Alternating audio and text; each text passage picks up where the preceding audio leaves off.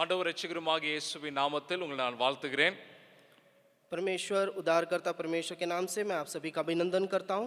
இந்த நாளிலும் ஆண்டவருடைய கர்த்தருடைய வார்த்தையை செய்தியை கொடுக்கும்படியாக தேவன் கொடுத்த நல்ல இந்த வாய்ப்பிற்காக நான் நன்றி செலுத்துகிறேன். आज के दिन भी परमेश्वर ने संदेश यहाँ पर देने के लिए जो सुंदर अवसर को दिया उसके लिए मैं प्रभु को धन्यवाद देता हूँ। இந்த ஆண்டை நாம் தொடங்கும் பொழுது நமக்கு ஒரு நல்ல ஒரு வார்த்தையை ஒரு வாக்கு தத்தத்தை தேவன் ஜெம்ஸ் குடும்பத்திற்கு என்று தேவன் கொடுத்திருக்கிறார். इस साल की शुरुआत करते समय परमेश्वर ने हमें एक जेम्स परिवार को एक वायदा का वचन, एक सुंदर वायदा का वचन को दिए।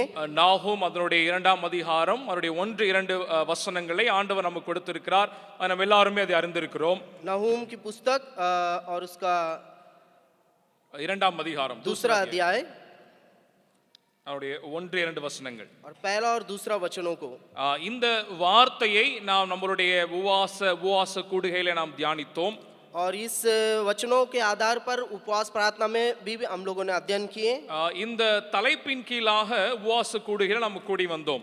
और इस मुद्दा के आधार पर हम उस उपवास प्रार्थना में हम लोगों ने इकट्ठा हुए। Gather strength, gain splendor என்கிற அந்த வார்த்தையை ஆண்டவர் நமக்கு கொடுத்தார். सामर्थ पाओ, மகிமா ஜுட்டாவோ, महिमा जुटाओ।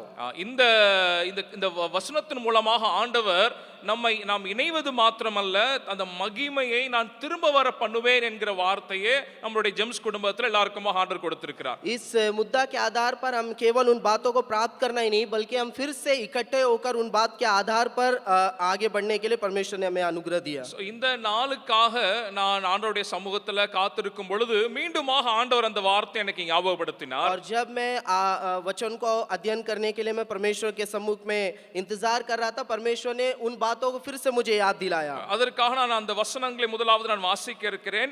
நாகூம் 2ஆம் அதிகாரம் அதனுடைய இந்த 1-2 வசனங்களுடைய அந்த முக்கிய பகுதிகளை மாத்திரம் வாசிக்கிறேன். तो अभी मैं इस नहूम की पुस्तक और उसका दूसरा अध्याय और पहला और दूसरा वचन में कुछ मुख्य बातों को मैं पढ़ने जा रहा हूँ। முதலாவது வசனத்தினுடைய பின்பகுதி இப்படியாக சொல்கிறது. पहला वचन का आखिरी भाग इस प्रकार से कहता है, உன் பலனை மிகவும் ஸ்திரப்படுத்து, अपना बल बढ़ा दे। 2ஆம் வசனம் சொல்கிறது, और दूसरा वचन कह रहा है, வெறுமையாக்குகிறவர்கள் அவர்களை வெறுமையாக்கி அவருடைய திராட்சை கொடிகளை கெடுத்து போட்டாலும் கர்த்தர் யாக்கோபின் மகிமையை திரும்ப வர பண்ணுவது போல் இஸ்ரவேலின் மகிமையையும் திரும்ப வர பண்ணுவார். दूसरा वचन, यहोवा याकूब की बड़ाई इजराइल की बड़ाई के समान ज्यों की त्यों कर रहा है, क्योंकि उजाड़ने वालों ने उनको उजाड़ दिया है और दाखलता की डालियों का नाश किया है। இங்கே ஆண்டவர் ஒரு காரியத்தை இங்கே அழகாக நமக்கு சொல்கிறார். यहाँ परमेश्वर एक बात को बहुत ही सुंदर रीति से यहाँ पर हमें कह रहे हैं, நான் மகிமையை திரும்ப வர பண்ணுவேன் என்கிற காரியத்தை சொல்கிறார். मैं महिमा को फिर से लेकर आऊंगा करके परमेश्वर यहाँ कह रहा है। ஆங்கில வேதாகமம் சொல்லுகிறது, I will restore the splendor or I will restore the glory என்று ஆங்கில வேதாகமம் சொல்லுகிறது. और अंग्रेजी अनुवाद इस प्रकार से कहता है, मैं उसका महिमा को, उसका वैभव को फिर से लेकर आऊंगा। கர்த்தர் நம்மளுடைய தனிப்பட்ட வாழ்க்கையில, நம்மளுடைய குடும்பங்கள்ல, நம்மளுடைய ஊழியத்துல அவர் தன்னுடைய மகிமையை திரும்ப வர பண்ணுகிறவராக இந்த ஆண்டில இருப்பார் என்பதுல ஒரு சந்தேகமும் இல்லை. परमेश्वर हमारे जीवन में, हमारे सेवकाई में वो वैभव और वो महिमा फिर से लेकर आएंगे करके इसमें कोई शंका नहीं है। ஆனால் ஆண்டவர் அந்த நம்முடைய மகிமையை திரும்ப வர பண்ண வேண்டும் என்று சொன்னால் எப்படிப்பட்ட காரியங்களை அவர் செய்ய வேண்டும் என்பதை இந்த நாளிலே உங்களுடைய தியானத்திற்கு என்று நான் வைக்க இருக்கிறேன். लेकिन जब परमेश्वर उस वैभव को, उस महिमा को लेकर आएंगे करके कह रहा है, तो किस प्रकार से वो उन बातों को लेकर आएंगे उन बातों का हम अध्ययन करेंगे। உபவாச கூடுகையிலே இந்த நாகூமை வைத்து நான் அந்த 2 செய்திகளை எடுக்கும் பொழுதும், उपवास प्रार्थना के दौरान जब मैं नहूम नबी की इस पुस्तक के और इन वचनों को लेकर के जब मैं बातें कर रहा था, அந்த இடத்துல ஒரு காரியத்தை சொன்னேன். அங்கே ஆண்டவர் தன்னுடைய தீர்க்கதரிசியை நினிவே பட்டணத்திற்கு அவர்களுக்கு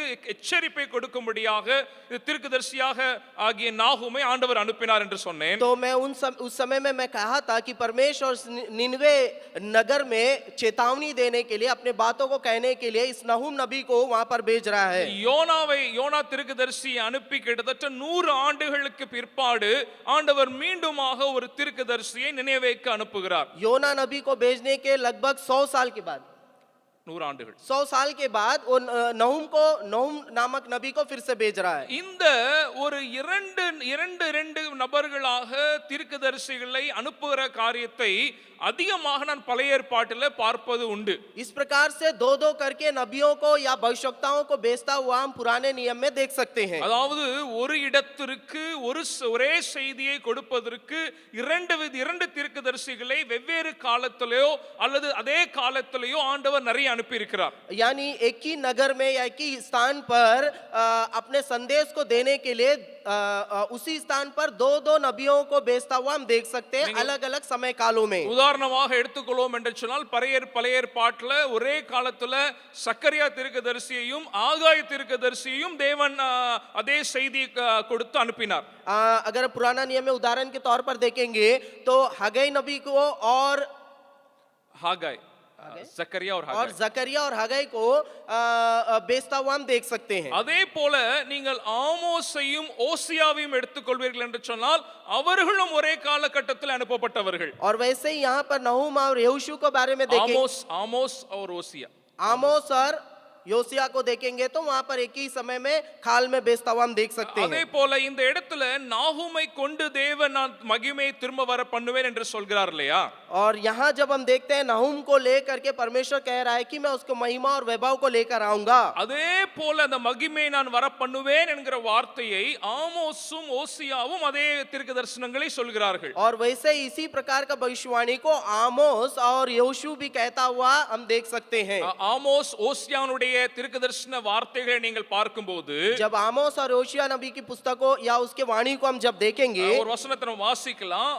ஓசியா அதனுடைய 6ஆம் அதிகாரத்தினுடைய 11ஆம் வசனத்தை வாசிக்கலாம். वहां पर हम देखेंगे योशिया नबी की पुस्तक ஓசியா 6ஆம் அதிகாரம் 11ஆம் வசனம். 6 अध्याय और 11 वचन। அந்த வசனத்துல இப்படியாக நீங்கள் அந்த வசனத்தை இங்க பார்க்க முடியும். उस वचन को आप इस प्रकार से यहाँ पर देख सकते हैं। ஓசியா 6ஆம் அதிகாரத்தினுடைய 11ஆம் வசனத்துல होशे अध्याय 6 11 वचन। தமிழ்ல வேற இடத்துல இருக்குன்னு நினைக்கிறேன். ஓகே, 11ஆம் வசனத்தினுடைய பின்பகுதி, 11ஆம் வசனத்துடைய பின்பகுதி தமிழிலையும் ஹிந்திலையும் சரியாக அங்க இருக்கிற மாதிரி தெரியல. यहाँ 6 अध्याय का 11 वचन का जो आखिरी भाग है वहां पर हिंदी में सही से नहीं दिया हुआ है शायद। நீங்கள் அது ஆங்கில வேதாகமத்துல பார்க்கும்போது, लेकिन जब आप उसे अंग्रेजी बाइबल में देखेंगे, தமிழ் வேதாகமம் சொல்கிறது உனக்கு ஒரு அறுப்பு காலம் நியமிக்கப்பட்டிருக்கிறது.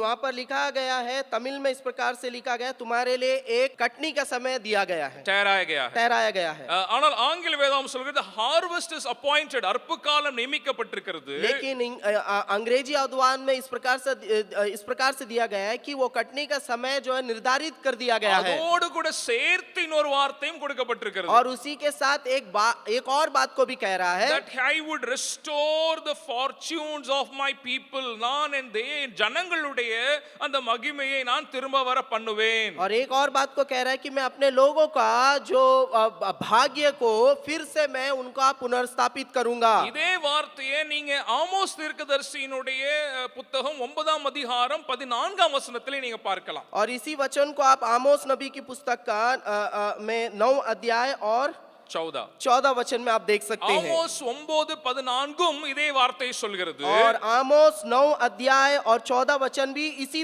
बातों को कह रहा है। நீங்கள் தமிழ்ல பார்க்கும் பொழுது என் ஜனமாகிய இஸ்ரவேலின் சிறையிருப்பை நான் திருப்புவேன், அவர்கள் பாலான் நகரங்களை கட்டி அவைகளில் குடியிருந்து திராட்சை தோட்டங்களை நாட்டி அவைகளுடைய பலரசத்தை குடித்து தோட்டங்களை உண்டாக்கி அவைகளின் கனிகளை புசிப்பார்கள். यदि आप यह 9 का 14 आमोस में देखेंगे, मैं अपनी प्रजा इज़राइल के बंदियों को लौटा ले आऊंगा और वे उजड़े हुए नगरों को सुधार कर उनमें बसेंगे, वे दाख की बारियां लगाकर दाख मधु पिएंगे और बगीचे लगाकर उनके फल खाएंगे। இங்கே ஆண்டவர் என்ன காரியத்தை சொல்கிறார்னா ஆங்கில வேதாகமம் சொல்கிறது I will restore the fortune or I will restore the splendor, நான் மீண்டுமாக அவருடைய இந்த மகிமையை நான் திரும்ப வர பண்ணுவேன் என்று ஆண்டவர் சொல்கிறார். यहाँ पर अगर आप देखेंगे खासकर अंग्रेजी अनुवाद में, मैं उनके वैभव और उनके महिमा को पुनर्स्थापित करूंगा या फिर से लेकर आऊंगा। அதாவது கர்த்தர் அவர்களுடைய சிறையிருப்பு பொறுப்பை திருப்புவது மாத்திரமல்ல, ना केवल परमेश्वर उनके बंधुआई से उन्हें लेकर आएंगे, அவர்களுடைய அந்த மகிமையையும் அவர் திரும்ப வர பண்ணுகிறவராக இருக்கிறார். परमेश्वर उनके महिमा को भी दोबारा या फिर से लेकर आएंगे। நம்ம எல்லாரும் இந்த காரியத்தை நம்ம நிச்சயமாகவே சொல்ல முடியும். हम सब इन बातों को निश्चित रूप से कह सकते हैं। ஆண்டவர் நம்மை அடிமைத்தனத்திலிருந்து பாவத்திலிருந்து அந்த சிறையிருப்பிலிருந்து நம்ம திரும்பி கொண்டு வந்திருக்கிறார். परमेश्वर हमें पाप से, पाप के बंधन से या उसके दासत्व से हमें फिर से लेकर आए हैं, छुड़ाकर। எதற்காக நம்மை அதிலிருந்து விடுவித்து கொண்டு வந்திருக்கிறார்? क्यों परमेश्वर हमें उन बातों से छुड़ाकर लेकर आए? அவருடைய மகிமையை விளங்க பண்ணத்தக்கதாக. परमेश्वर की महिमा को वहां पर दिखाने के लिए। You know the reason why the Lord has delivered us so that we may display His glory. क्यों परमेश्वर ने हमें छुड़ाया? ताकि हम उनके वैभव को हम दिखा सके। அவருடைய மகிமையை விளங்க பண்ணவே உங்களையும் என்னையும் ஆண்டவர் நம்மை விடுவித்து நம்மை திரும்ப வர பண்ணியிருக்கிறார் என்பதை நாம் அறிந்திருக்கிறோம். उसके महिमा को दर्शाने के लिए, दिखाने के लिए परमेश्वर ने आपको और हमें यहाँ पर लेकर आए हैं, छुड़ाकर। ஆமோஸ் தீர்க்கதரிசியினுடைய புத்தகத்தை வாசிப்பீர்கள் என்று சொன்னால், यदि आप आमोस नबी की पुस्तक को पढ़ेंगे, அதுல அதாவது ஆண்டவருடைய இந்த மகிமை, இந்த திரும்ப வர பண்ணுகிற மகிமையை பல விதங்களிலே அவர் அங்கே விளக்குகிறார். वहां पर आप देख सकते हैं कि परमेश्वर उस महिमा को वापस लेकर आएंगे कहने के लिए वहां कई प्रकार की बातों को बता रहे हैं। அதிலிருந்து 3 காரியங்களை மாத்திரம் இந்த காலை வேளையில உங்களுடைய தியானத்திற்காக நான் வைக்க விரும்புகிறேன். उसमें से आज के सुबह 3 बातों को मैं आपके ध्यान के लिए यहाँ पर रखना चाह रहा हूँ। அதாவது கர்த்தர் அவருடைய மகிமையை திரும்ப வர பண்ணும் பொழுது நம்முடைய வாழ்க்கையிலே அது எப்படியாக அது தெரிகிறது? यानी जब परमेश्वर उस वैभव, उस महिमा को लेकर आएंगे, वो हमारे जीवन में किस प्रकार से वो दर्शाया जाएगा? அது நம்முடைய தனிப்பட்ட வாழ்வாக இருந்தாலும், குடும்ப வாழ்வாக இருந்தாலும், ஊழியமாக இருந்தாலும், கொடுக்கப்பட்ட பொறுப்புகளாக இருந்தாலும், அதிலே அது எப்படியாக வெளியரங்கமாகிறது என்பதை நான் காண்பிக்க இருக்கிறேன். वो चाहे हमारे व्यक्तिगत जीवन हो, हमारे सेवकाई के जीवन हो या हमारे अन्य बातें हो, वो बातें उसमें कैसे वो दर्शाया जाएगा, दिखाया जाएगा। இதற்காக ஆமோஸ் 9ஆம் அதிகாரம் நான் வாசித்த அதே அதிகாரத்தினுடைய 11ஆம் வசனத்தை உங்களுடைய தியானத்தில் நான் கொண்டு வர வருகிறேன். इस बात को समझाने के लिए मैं उसी आमोस नबी की पुस्तक 9 अध्याय उसका 11 वचन को आपके सामने लाना चाहता हूँ। தமிழ்லையும் ஹிந்திலையும் 12ஆம் வசனம் என்று நினைக்கிறேன். 11 है जी 11 ठीक है. தமிழ்ல 12ஆம் வசனம், தமிழ்ல 12, இங்கிலீஷ்லயும் ஹிந்திலையும் 11ஆம் வசனம் மனதில் வைத்துக் குறித்துக் கொள்ளுங்கள். ஓகே, 12ஆம் வசனத்தை நான் உங்களுக்காக தமிழ்ல நான் வாசிக்கிறேன். அந்நாளிலே விழுந்து போன தாவீதின் கூடாரத்தை நான் திரும்ப எடுப்பித்து அதன் திறப்புகளை அடைத்து அதில் பழுதாய் போனதை சீர்படுத்தி பூர்வ நாட்களில் இருந்தது போல அதை ஸ்தாபிப்பேன் என்று இதை செய்கிற கர்த்தர் சொல்லுகிறார். यहाँ पर आमोस नबी की पुस्तक 9 और उसका 11 वचन इस प्रकार से यहाँ पर बताया, उस समय मैं दाऊद की गिरी हुई झोपड़ी को खड़ा करूंगा और उसके बाड़े के नाकों को सुधारूंगा और उसके खंडहरों को फिर बसाऊंगा। இங்கே ஆண்டவர் 3 காரியங்களை சொல்லுவதை இந்த வாசனத்துல, இந்த வார்த்தையில நீங்க கவனிக்க முடியும். यहाँ परमेश्वर 3 बातों को कहता हुआ इस वचन में आप ध्यान से देख सकते हैं। இதே நான் ஆங்கிலத்துல 11ஆம் வசனத்தை நான் வாசிக்கிறேன். जैसे कि आपको बताया गया है, इंग्लिश में और हिंदी में वो 11 वचन है, लेकिन तमिल में 12वां वचन है। यहाँ पर मैं 11वां वचन अंग्रेजी में पढ़ना चाह रहा हूँ। That day I will raise up the booth of David that is fallen and repair its breaches and raise up its ruins and rebuild it as in the days of old. 3 பதங்கள், 3 வார்த்தைகள் அங்க பயன்படுத்தப்பட்டிருக்கிறத நீங்க பார்க்க முடியும். यहाँ पर 3 प्रकार की बातों को यहाँ पर दर्शाया हुआ या बोला जा रहा है करके हम देख सकते हैं। ஆங்கில வேதம் சொல்லுகிறது I will raise up, I will repair, I will rebuild என்று. தமிழ்ல நீங்க பார்ப்பீங்கன்னு சொன்னா நான் எடுப்பித்து அதை நான் சீர்படுத்தி அதை நான் ஸ்தாபிப்பேன் என்று வசனத்தில் வருகிறது. 3 बातों को यहाँ पर आप देख सकते हैं कि उससे खड़ा करूंगा, वहां पर सुधारूंगा और फिर बनाऊंगा करके बातों को 3 प्रकार की बातों को देख सकते हैं। கர்த்தர் அந்த மகிமையை திரும்ப வர பண்ணும் பொழுது இந்த 3 காரியங்களும் நம்முடைய வாழ்க்கையில, நம்முடைய ஊழியங்களிலே தேவன் இதை செய்ய விரும்புகிறார். जब परमेश्वर उस वैभव, इस महिमा को वापस लेकर आएंगे, तब हमारे जीवन में या हमारे सेवकाई में ये 3 बातों को करता हुआ हम देख सकते हैं। He will raise us up, he will repair and he will rebuild. वो हमें खड़ा करेगा, वो सुधारेगा और फिर बनाएगा। அதை கொஞ்சம் அதை விளக்க விரும்புகிறேன். அவர் நம்மை எடுப்பிக்கிறார் என்கிற அர்த்தம் என்ன? நம்மை அவர் சீர்படுத்துகிறார் என்று சொன்னால் எதை அவர் செய்கிறார்? நம்மை ஸ்தாபிப்பேன் என்று சொல்லும்போது அவர் எதை செய்கிறார்? इसको मैं थोड़ा सा व्याख्या करूंगा कि जब वो खड़ा करूंगा करके कहता है तो वो क्या करना चाह रहा है, जब वो कहता है कि मैं सुधारूंगा तो वो क्या कहना चाह रहा है, या फिर उसको फिर से बनाऊंगा तो वो क्या कहना चाह रहा है।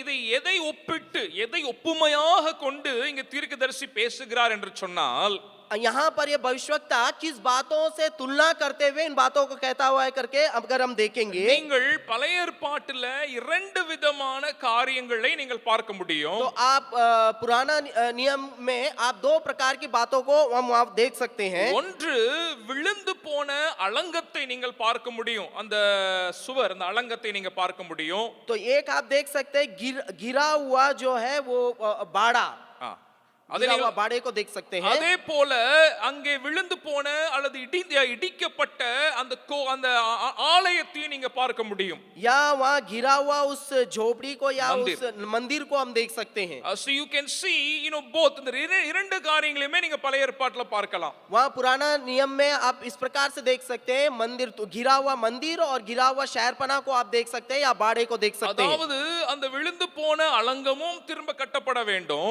यानी वो जो गिरा हुआ शहरपना भी फिर से बनाया जाना है, அதே போல இடிக்கப்பட்ட கர்த்தருடைய ஆண்டவருடைய ஆலயமும் கட்டப்பட வேண்டும். और वैसे ही वो गिराया हुआ है, गिरा गया जो मंदिर है वो भी फिर से बनाया जाना है। ஏன்னா பழைய ஏற்பாட்டுல ஆண்டவர் தன்னுடைய மகிமையை அங்கதான் ஆண்டவர் அங்க வைத்திருந்தார். क्योंकि हम जानते हैं कि पुराना समय में, पुराना नियम में परमेश्वर अपने महिमा को उसी स्थान पर रखे थे। ஆனா அதே நேரத்துல இவைகளை செய்ய வேண்டும் என்று சொன்னால் ஜனங்களை ஆண்டவர் திரும்ப எழுப்ப வேண்டும்.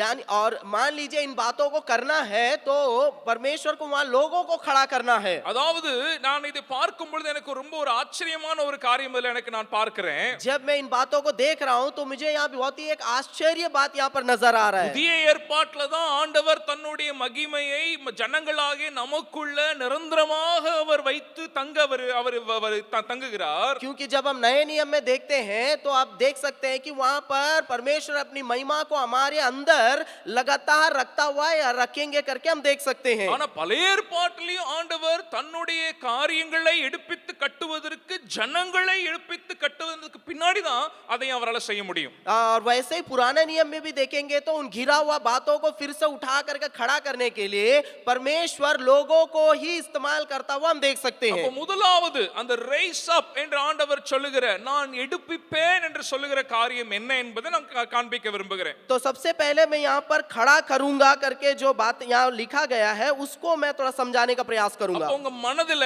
அந்த அலங்கத்தை நீங்க கொண்டு வந்தீங்கன்னா அது முழுவதுமாக இடித்து தரமட்டமாக இருக்கிறது, அல்லது ஒரு சில இடங்கள்ல அங்க பழுதாய் கிடக்கிறது. यदि आप उस गिरा हुआ शहरपना या दीवार को अगर आप अपने मन में लेकर आएंगे तो उसका स्थिति अभी गिरा हुआ स्थिति है, कहीं कहीं टूटा हुआ है, ऐसे खंडर नुमा स्थिति में पड़ा हुआ है। உங்களுக்கு எல்லாருக்குமே தெரியும், ஒரு சில மாதங்களுக்கு முன்பாக நம்மளுடைய இந்த வளாகத்திற்கு வெளியே போகிற, அதாவது டிபிசிக்கு ஒற்றி இருக்கிற அந்த சுவர் இடிந்து கிடந்ததை நீங்கள் பார்த்திருக்க கூடும்.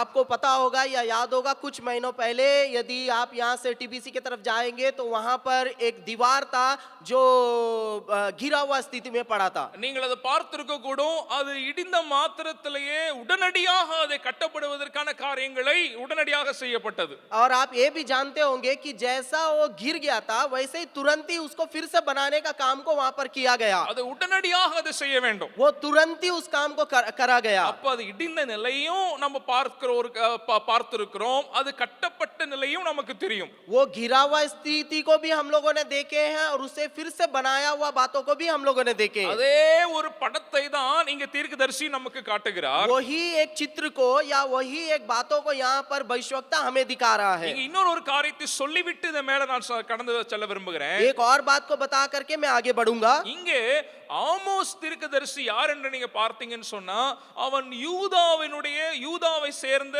ஒரு தீர்க்கதரிசியாக, அதாவது தெற்கு சவுத்துல இருந்து வந்த ஒரு தீர்க்கதரிசி அவன். यदि यहाँ पर आप आमोस नबी के बारे में जानेंगे तो कौन है वो योदा यानी वो दक्षिणी भाग के क्षेत्र में पाया जाने वाला वहां से आने वाला एक नबी है। அவனை ஆண்டவர் தெற்காக இருந்த யூதாவிலிருந்து தெரிந்து கொண்டு வடக்கே இருந்த இஸ்ரவேல் ஜனத்திற்கு அவனை ஆண்டவர் தீர்க்கதரிசியாக அனுப்புகிறார். परमेश्वर उस आमोस को जो दक्षिण भाग में रह रहा था उससे परमेश्वर उठा करके ले जा करके उत्तरी भाग में ले जा करके वहां पर उससे वो भविष्यवाणी करवा रहा है। அதாவது நமக்கு தெரிந்த பிரகாரம் நீங்க இத வேதாகம சரித்திரத்துல பார்க்கணும்னு சொன்னா அந்த 12 கோத்திரங்களும் இரண்டாக பிரிந்து 10 கோத்திரங்கள் இஸ்ரவேலாக வடக்கிலும் மீதி 2 கோத்திரங்கள் யூதாவாக தெற்கையும் இருந்த அந்த நாட்களில் நடக்கக்கூடிய சம்பவங்கள் இவைகள். यदि आप पुराना नियम के बातों को देखेंगे तो वहां पर इजराइल को 2 भाग में बंटा हुआ आप देख सकते हैं। 10 गोत्र उत्तरी भाग में और 2 गोत्र जो है दक्षिणी भाग में, आप उन बातों को देख सकते हैं। அப்ப தெற்கே இருக்கக்கூடிய யூதாவில் இருந்து ஆமோஸையும் அதே போல நான் ஏற்கனவே சொன்ன ஓசியாவையும் ஆண்டவர் தெரிந்து கொண்டு வடக்கே இருக்கக்கூடிய இஸ்ரவேல் ஜனத்திற்கு ஆண்டவர் அனுப்புகிறார். वैसे ही जो दक्षिणी क्षेत्र में दक्षिणी भाग में पाया जाने वाला आमोस और होशे को लेकर के भविष्यवक्ता को लेकर के परमेश्वर उत्तरी भाग में जाकर के वहां पर उससे काम करवा रहे हैं। அப்ப இங்கே ஆண்டவர் அந்த காரியத்தை சொல்லுகிறார். என்ன சொல்லுகிறார்? நான் அவர்களை நான் எடுப்பிப்பேன். நான் அந்த விழுந்து போன அலங்கத்தை எடுப்பிக்கிறது போல அவர்களை நான் எடுப்பிப்பேன். I will raise them up என்று அவர் சொல்லுகிறார். और जैसे वहां पर परमेश्वर कह रहा है कि मैं उस घिरा हुआ स्थिति को या घिरा हुआ वो दीवार को मैं फिर से खड़ा करूंगा, वैसे ही हम वहां पर அவர்களை நான் திரும்ப வர பண்ணுவேன், திரும்ப கட்டுவேன். उन्हीं के द्वारा वो फिर से बनाया जाएगा करके परमेश्वर कह रहा है। அப்ப இது எதை குறிக்கிறது என்று சொன்னால், तो ये किस बात को दर्शाता है? முதலாவது it shows the restored purpose, அதாவது திரும்ப கட்டப்பட்ட அவர்களுடைய நோக்கத்தை அது குறிக்கிறது, அதை காண்பிக்கிறது. तो यहाँ पर या किस बात को दर्शाता है करके कहूंगा तो वो फिर से वो पुनर्स्थापित करने का उद्देश्य को वहां पर बताने का प्रयास कर रहा है। அதாவது அவர்களுடைய நோக்கம், தேவன் அவர்களுக்கென்று வைத்த நோக்கம், the purpose that God has set for them, அதை அது காண்பிக்கிறது. वो बातें इस बात को दर्शाता है कि परमेश्वर उन लोगों के लिए रखा हुआ जो उद्देश्य है उस उद्देश्य को पूरा करने वाली बातों को दर्शाता है। நான் ஏற்கனவே சொன்னேன் அந்த அலங்கத்திற்கு ஒரு நோக்கம் உண்டு, அது பாதுகாக்க வேண்டிய ஒரு நோக்கம் உண்டு. जैसे कि मैंने पहले ही बताया था कि वो दीवार या वो शहरपना का एक उद्देश्य होता है, उसका उद्देश्य है कि वो रक्षा देता है, सुरक्षा देता है। அப்ப ஆண்டவர் தன்னுடைய மகிமையை திரும்ப வர பண்ணும் பொழுது முதலாவது அவர் எதை செய்கிறார் என்று சொன்னால், तो जब परमेश्वर अपने महिमा या वैभव को वापस लेकर आएगा करके कहता है तो सबसे पहला परमेश्वर वहां क्या कर रहा है? நம்மை ஆண்டவர் எந்த நோக்கத்தோடு நம்மை அழைத்தாரோ அந்த நோக்கத்தை நமக்கு ஞாபகப்படுத்தி அதுல நம்மை ஆண்டவர் எழுப்புகிறார். तो परमेश्वर जिस मकसद के लिए हमें वहां पर बुलाया गया है, जिस मकसद से हमें ठहराया गया है, उस मकसद को पूरा करने के लिए हमें वहां पर बुलाता है। அதாவது தேவனுடைய மகிமை நம்முடைய வாழ்க்கையிலே அதை இழந்தோ அதை மறந்தோ நாம் இருக்கும்போது, जब परमेश्वर का मकसद हम अपने जीवन में भूल करके या उसे भुला करके हम जब बैठते हैं, தேவனுடைய மகிமையை, when we forget the glory of God, जब हम परमेश्वर की महिमा को भूल करके बैठते हैं, நாம் நம்மளுடைய தேவன் வைத்த அழைப்பு அல்லது தேவனுடைய நோக்கத்தையும் நாம் மறந்து விடுகிறோம். तो उस समय परमेश्वर जो मकसद हमारे जीवन में रखता है वो मकसद को भी हम भूल जाते हैं। அப்ப அது மீண்டும் நம்மை எழுப்புவது raising up என்று சொல்லும் பொழுது அந்த நோக்கத்திலே ஆண்டவர் நம்மை மீண்டும் கொண்டு வர வேண்டிய அவசியம் உண்டு. तो जब यहाँ पर लिखा हुआ है फिर से वहां पर मैं खड़ा करूंगा, तो उसका मकसद है वहां पर उसका अर्थ है कि उस मकसद में फिर से खड़ा करूंगा, मकसद के लिए फिर से बुलाऊंगा। ஆமோஸ்லே 2 வசனங்களை நான் இதற்கு காட்ட விரும்புகிறேன். इसके आधार पर मैं आमोस में 2 वचनों को मैं दिखाना चाहता हूं। 7ஆம் அதிகாரத்தினுடைய 14-15 வசனங்களை வாசிப்பீர்கள் என்று சொன்னால், यदि आप 7वां अध्याय आमोस नबी की पुस्तक 7वां अध्याय और 14 और 15 14 और 15 वचन को पढ़ेंगे। இங்கே ஆமோஸ் தன்னுடைய அழைப்பை நான் யார், நான் எந்த நிலையில அழைக்கப்பட்டேன் என்கிறத அவன் இங்கே சொல்கிறான். तो आमोस यहाँ पर अपने बुलाहट को किस प्रकार से वो बुलाया गया है उस बातों को यहाँ पर वो प्रकट कर रहा है। அவன் அங்க என்ன சொல்கிறான்? ஆமோஸ் அமத்சியாவுக்கு பிரதியுத்தரமாக, நான் தீர்க்கதரிசியும் அல்ல, தீர்க்கதரிசியின் புத்திரனும் அல்ல, நான் மந்தை மேய்க்கிறவனும் காட்டுத்தி பழங்களை பொறுக்குகிறவனுமா இருந்தேன். या आमोस 14 और 15 वचन में इस प्रकार से कह रहा है, आमोस ने उत्तर देकर अमस्या से कहा, मैं ना तो भविष्यवक्ता था और ना भविष्यवक्ता का बेटा, मैं तो गाय बैल का चरवाहा और गूलर के वृक्षों का छाटने वाला था, और यहोवा ने मुझे भेड़ बकरियों के पीछे पीछे फिरने से बुलाकर कहा, जा मेरी प्रजा इस्राएल से भविष्यवाणी कर। 15 வசனம், ஆனாலும் மந்தையின் பின்னாலே போகிற போது என்னை கர்த்தர் அழைத்து, நீ போய் என் ஜனமாக இஸ்ரவேலுக்கு விரோதமாக தீர்க்க தரிசனம் சொல்ல என்று கர்த்தர் உரைத்தார். இங்கே ஆமோஸ் நான் எந்த நிலையிலிருந்து நான் அழைக்கப்பட்டேன் என்கிறதை இங்கே சொல்கிறான். यहाँ आमोस नबी इस प्रकार अपनी अवस्था, किस अवस्था से उसे बुलाया गया उस बात को यहाँ पर दर्शा रहा है। அங்கே ஆமோஸ் சொல்லும் பொழுது அந்த 7ஆம் அதிகாரத்துடைய 14ஆம் வசனத்தை பாருங்க.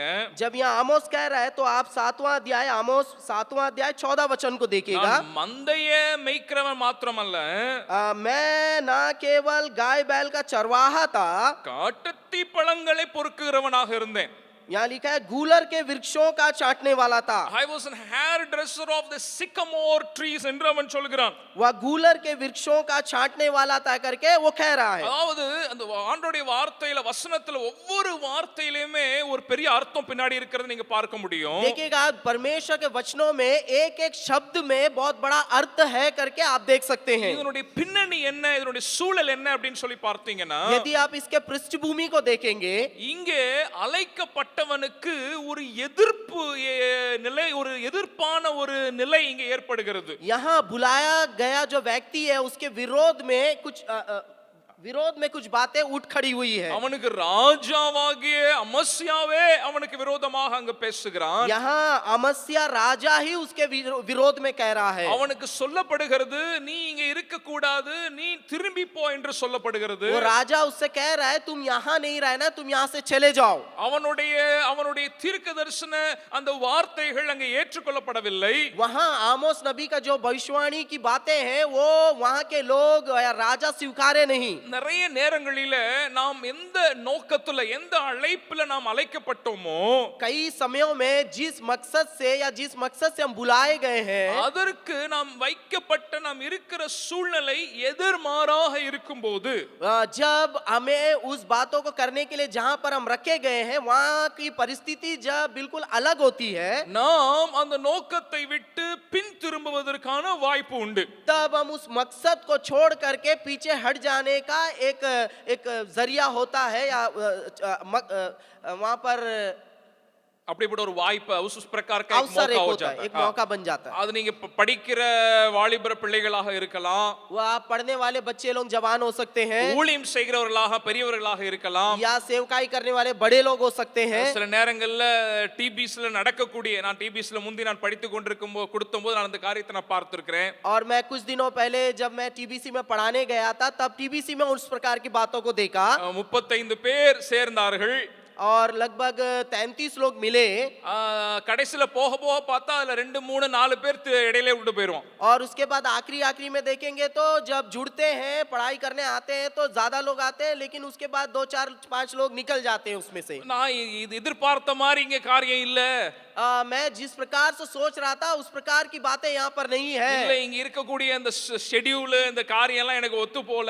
यहाँ पर जिस प्रकार का नियम है, जिस प्रकार का शेड्यूल है, उस प्रकार वो मेरा बस का बात नहीं है। இப்ப இருக்கக்கூடிய டிபிஸ்ல இருக்கிறவங்க எல்லாம் எப்படி எந்த நிலையில இருக்கீங்கன்னு எனக்கு தெரியல.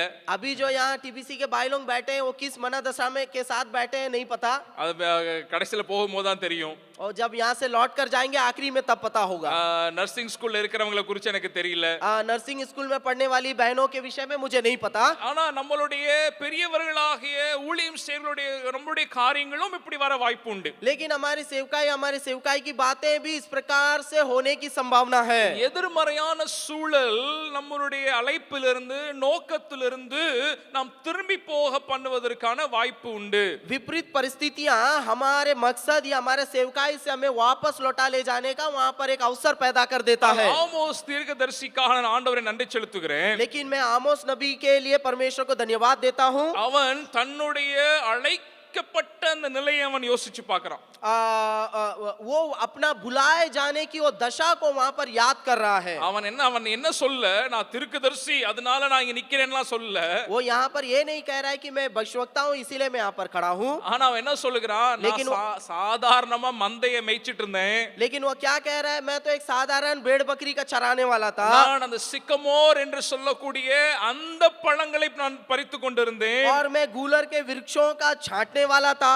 அந்த அதாவது அந்த காட்டத்தி பழங்களை பறிக்கிறவன் அப்படின்னு சொன்னா என்ன அர்த்தம் தெரியுமா? அந்த यहाँ பழங்கள் पर हिंदी 14 7:14 यहाँ पर लिखा है, तमिल से थोड़ा सा अलग है, गूलर के वृक्षों का छांटने वाला था लिखा है। அதாவது என்ன அப்படின்னு சொன்னா அந்த சிக்கமோர் என்கிறத வந்து புவர் மேன்ஸ் ஃபிக் என்று சொல்வார்கள். அதாவது ஏழையினுடைய அத்திப்பழம் என்று சொல்வார்கள். यहाँ तमिल में थोड़ा सा अलग है, वहां पर गूलर के वृक्ष का फल के बारे में बताया गया है, जो गरीब आदमी लोग, गरीब का अंजीर, गरीब का अंजीर उसे कहा जाता है। அதாவது ஆமோஸ் என்ன சொல்லுகிறான்னு பார்த்தீங்கன்னா, यहाँ आमोस क्या कह रहा है, நான் அதாவது அந்த ஃபிக் அதாவது அத்தி பழங்களை பொறுக்கிறது கூட எனக்கு தகுதி இல்லாம இருந்தேன். या क्या कह रहे हैं आमोस कि मैं उस अंजीर का फल को भी छूने लायक मैं नहीं था। நான் சாதாரணமாக ஏழைகளுடைய அத்தி பழம்னு சொல்லக்கூடிய இந்த காட்டத்தி பழத்தை தான் நான் பொறிச்சிட்டு நான் பறித்து கொண்டிருந்தேன். लेकिन मैं साधारण गूलर के वृक्षों का फल को छूने वाला मैं एक मनुष्य था। அதாவது நாம் எந்த நிலையில அழைக்கப்பட்டோம் என்கிறத நம்ம நினைவுல வைத்தோம்னு சொன்னா எந்த சூழ்நிலையிலும் ஆண்டவருடைய அழைப்பில அவர் நமக்கு வைத்திருக்கிற நோக்கத்துல நம்ம நிலைக்க முடியும். यदि मैं किस मकसद से या किस अवस्था से मैं बुलाया गया हूं करके यदि हम हमेशा सोचेंगे, तब हम परमेश्वर के मकसद से पीछे कभी नहीं हटेंगे। நிறைய பேர் ஊழியத்துல செய்கிற ஒரு தவறை நான் பார்த்திருக்கிறேன். कई लोग सेवकाई में जो गलतियों को करते हैं उससे मैंने देखा है। இன்றைக்கு நான் இந்த நிலையில நான் உயர்த்தப்பட்டிருக்கிறேன் என்கிறத பார்க்கிறார்கள்.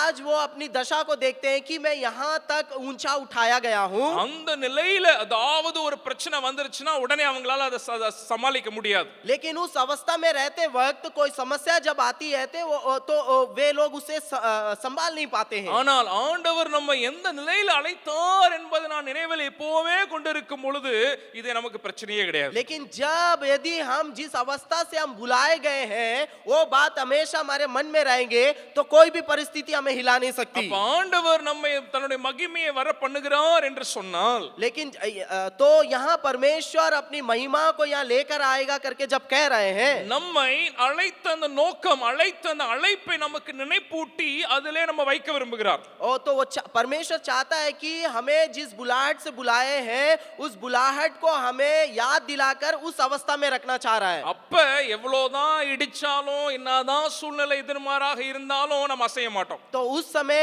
यदि कोई भी परेशानी आ जाए या कोई भी मुसीबत आ जाए हमें दिक्कत नहीं होगी। இதில் ஆமோஸுடைய ஒரு தீர்க்கதரிசன வார்த்தையில் ஒரு அழகான ஒரு காரியம் உண்டு. यहाँ आमोस नबी की इस बातों में एक बहुत ही सुंदर बात यहाँ पर हम देख सकते हैं। அங்கே அவர்களுடைய பிள்ளைகளுடைய நோக்கமும் சொல்லப்பட்டிருக்கிறது. वहाँ पर उनके बच्चों का मकसद भी वो वहाँ पर दर्शा रहा है। இரண்டாம் அதிகாரம் ஆமோஸ் இரண்டாம் அதிகாரத்துடைய 11ஆம் வசனத்தை நீங்க பார்த்தீங்கன்னா, यदि आप आमोस नबी की पुस्तक अध्याय 2 और उसका 11 वचन को पढ़ेंगे, அங்க வசனத்துல இப்படியாக நீங்க பார்க்க முடியும். वहाँ आप वचन में इस प्रकार से देख सकते அந்த हैं। பிள்ளைகளை குறித்து அவர் சொல்கிறார், वहाँ बच्चों के विषय में वो इस प्रकार से कह रहे हैं, உங்கள் குமாரரில் சிலரை தீர்க்கதரிசிகளாகவும் உங்கள் வாலிபரில் சிலரை நசரேயராகவும் எழும்ப பண்ணினேன் இஸ்ரவேல் புத்திரரை இப்படி நான் செய்யவில்லையா என்று கர்த்தர் கேட்கிறார். यहाँ आमोस 2 का 11 में इस प्रकार से लिखा हुआ है, मैंने तुम्हारे पुत्रों में से नबी होने के लिए और तुम्हारे सब कुछ जवानों में से नाजीर होने के लिए ठहराया। ये इजरायलियों क्या यह सब सच सच नहीं है। ஆண்டவர் பாருங்க அந்த பிள்ளைகளை குறித்த நோக்கத்தையும் அங்க ஞாபகப்படுத்துகிறார். देखिएगा यहाँ पर परमेश्वर बच्चों का मकसद को भी याद दिला रहा है। சிலர் தங்களுடைய எதிர்காலங்களை யோசித்து பிள்ளைகளுடைய எதிர்காலங்களை வைத்து தேவன் வைத்த நோக்கத்திலிருந்து மாறி போனவர்களும் உண்டு. कुछ लोग अपने भविष्य को सोचकर, अपने बच्चों के भविष्य को सोचकर पीछे हट गए लोग भी हैं। ஆனா இங்க ஆண்டவர் அதனால தான் பிள்ளைகளை குறித்தும் நான் ஒரு நோக்கம் வைத்திருக்கிறேனே என்கிறதை இங்க தெளிவாக அவர் சொல்லுகிறார். लेकिन यहाँ पर देखिएगा परमेश्वर मैं तुम्हारे बच्चों के लिए भी एक मकसद रखा हूं करके बिल्कुल साफ रीति से कह रहा है। சில பேர் இப்படி யோசிப்பாங்க, நான் தனியா வந்தப்ப எனக்கு கிடைத்த காரியங்கள் எல்லாம் எனக்கு ஓகே, அதெல்லாம் பரவாயில்லை. कुछ लोग इस प्रकार से सोच सकते हैं कि जब मैं अकेले आया था उस समय जो भी बातें था तो ठीक था, ஆனா இன்னைக்கு குடும்பம் ஆயிருச்சு, எனக்கு குழந்தைங்க இருக்கிறாங்க, அவங்க எதிர்காலம் இருக்கிறதே என்று யோசித்து தேவனுடைய அந்த அழைப்பு ஆண்டவருடைய நோக்கத்திலிருந்து மாறி போனவர்கள் உண்டு. लेकिन अब हमारे पास परिवार है, कई सारी जिम्मेदारियां हैं, इन सारे बातों को सोच करके अपने बुलाहट या अपने मकसद से पीछे हट जाने का वहां पर अवसर है। நான் இந்த காரியத்தை நான் இங்க வலியுறுத்தி நான் சொல்ல விரும்புகிறேன். मैं यहाँ पर इस बातों को जोर देकर कहना चाहता हूँ, எந்த ஆண்டவர் உங்களையும் என்னையும் அழைத்தாரோ, जिस परमेश्वर ने आपको और मुझे बुलाया है, அதே ஆண்டவர் தான் உங்களுடைய பிள்ளைகளையும் அழைத்திருக்கிறார். उसी परमेश्वर ने आपके बच्चों को भी बुलाए हैं। ஹல்லேலூயா. हालेलुया। ஆண்டவர் நம்மை மாத்திரமல்ல நம்ம பிள்ளைகளை குறித்தும் நோக்கம் உண்டு என்பதை அவர் ஞாபகப்படுத்த விரும்புகிறார். परमेश्वर हमारे प्रति नहीं बल्कि हमारे बच्चों के प्रति भी मकसद को रखे हैं, उस बात को याद दिलाते हैं। இன்னொரு காரியத்தை இங்க தீர்க்கதரிசி சொல்லுகிறார், ஞாபகப்படுத்துகிறார். यहाँ एक और बात को भी यहाँ नबी जो है भविष्यवक्ता याद दिला रहा நீங்க है। ஆமோஸ் 4ஆம் அதிகாரத்தினுடைய 11ஆம் வசனத்தை நீங்க வாசிச்சு 11ஆம் வசனத்தை எடுத்தீங்கன்னா 4:11 यदि आप आमोस नबी की पुस्तक 4 अध्याय और उसका 11 वचन को लेंगे, அதனுடைய மைய பகுதியை பாருங்க. बीच का वचन, उस वचन यानी 11 वचन के बीच के भागों को देखेंगे। நீங்கள் அக்கினியினின்று பறிக்கப்பட்ட கொள்ளியை போல் இருந்தீர்கள், और तुम आग से निकाली हुई लकड़ी के समान ठहरे। ஜனங்களுக்கு ஆண்டவர் ஞாபகப்படுத்துகிறார், நீ எப்படி இருந்த, எந்த நிலையிலிருந்து நான் உன்னை எடுத்தேன். परमेश्वर लोगों को याद दिला रहा है कि तुम किस दशा में थे और मैंने तुम्हें किस दशा से निकाला। இதே வார்த்தையை தான் சக்கரியா தீர்க்கதரிசியும் பயன்படுத்துகிறார். यही बातों को जकरिया नबी भी इस्तेमाल करते हैं। நீங்கள் அப்புறம் இது குறித்து அப்புறமா நீங்க வாசிக்கலாம். சக்கரியா 3ஆம் அதிகாரம் 1லிருந்து 3 வசனங்கள் நீங்க வாசிக்கும் போது आप इन बातों को बाद में पढ़ लीजिएगा। जकरिया नबी की पुस्तक अध्याय 1 से लेकर 3 तीसरा अध्याय और 1 से लेकर 3 वचनों तक அங்கே அவர் சொல்லுகிறார், நீ தப்புவிக்கப்பட்ட கொள்ளியா, அக்கினியின் என்று தப்புவிக்கப்பட்ட கொள்ளியாக இருக்கிறாய். तुम जो है आग से निकाला हुआ एक बातें हो। இது ஆங்கில வேதாகம் சொல்லுகிறது, you are a brand plucked or snatched from the fire என்று வசனம் சொல்லுகிறது. आग से निकाली हुई लकड़ी के समान। அதாவது கர்த்தர் மீண்டும் மீண்டுமாக நம்ம எந்த நிலையிலிருந்து எடுத்தேன், உன்னை அழைத்தேன், உன்னை தெரிந்து கொண்டேன் என்பதை ஞாபகப்படுத்திட்டே இருக்கிறார். यहाँ परमेश्वर बार बार हमें याद दिलाता है कि तुम किस दशा से बुलाए गए हो, किस स्थिति से बुलाए गए हो। இத கொஞ்சம் இப்படி யோசிச்சு பாருங்க. आज थोड़ा आप इस बातों को थोड़ा सोच कर देखिए। கொள்ளி என்கிறது நிறைய விறகுகள் வைக்கப்பட்டு அங்க எரிந்து கொண்டிருக்கிற நிலையில இருக்கக்கூடிய ஒரு விறகு. यदि आप वहां पर अंगार சோ அப்படி வைக்கப்பட்டு எரிந்து கொண்டிருக்கிற அந்த விறகுகள்ல தான் அந்த கொள்ளியை நீங்க பார்க்கறீங்க. आप वो जो आग को आप देखेंगे जो ऐसा जलाए जाने के लिए रखा गया है। நீங்க அந்த கேம்ப் ஃபயர் எல்லாம் நீங்க பார்த்திருக்க முடியும். நிறைய பேர் இந்த டிசம்பர்ல இந்த ஜனவரி குளிர்ல எல்லாம் விறகுகளை போட்டு எரித்து கொண்டிருக்கிறத நீங்க பார்க்க முடியும். நீங்களே செய்துட்டு இருக்கலாம். आप वो कैंप फायर वगैरह को देखे होंगे ना, ऐसा लकड़ी को रख करके उसको जला करके और उसके आसपास बैठे होंगे। आप लोग दिसंबर माह में बहुत लोगों ने किए होंगे। ஆண்டவர் அங்க என்ன சொல்லுகிறார் அப்படின்னு சொன்னா, அந்த எரிந்து கொண்டிருக்கிற அந்த நிலையில நீ இருந்த, परमेश्वर यहाँ क्या कहना चाह रहा है कि तुम उस जलते हुए लकड़ी के समान थे। அதை அப்படியே விட்டுட்டா என்ன ஆகும்? अगर उसको ऐसी छोड़ दिया तो क्या होगा? அது அங்க கொள்ளியா இருக்கிறது சாம்பலாயிடும். वो जो जल करके उसके बाद राख हो जाएगा। You know, it won't remain as the wood, it will become a ash. वो जो लकड़ी है वो क्या बन जाएगा? वो राख बन जाएगा। அப்ப ஆண்டவர் என்ன சொல்லுகிறார், நீ இருந்த சூழல் ஒரு அக்கினியை போன்ற உன்னை அவித்து போடக்கூடிய, எரித்து போடக்கூடிய, சாம்பலாக்கக்கூடிய ஒரு சூழல்ல நீ இருந்தாய். तो परमेश्वर यहाँ पर क्या कह रहा है कि तुम लकड़ी के समान और जल करके राख के समान पड़े हुए दशा में थे। ஆண்டவர் ஆமோஸ் மூலமாகவும் சக்கரியா மூலமாகவும் சொல்லுகிற வார்த்தை என்ன? तो यहाँ परमेश्वर आमोस नबी और जकरिया नबी के द्वारा कहने वाली बातें क्या है? ஆனா அந்த இடத்துல இருந்து நான் உன்னை காப்பாத்தினேன். परमेश्वर कह रहा है कि मैंने तुम्हें उस दशा से बचाया, You know, I plucked you, I snatched you from that fire. तो मैं तुम्हें उस आग से निकाल लिया।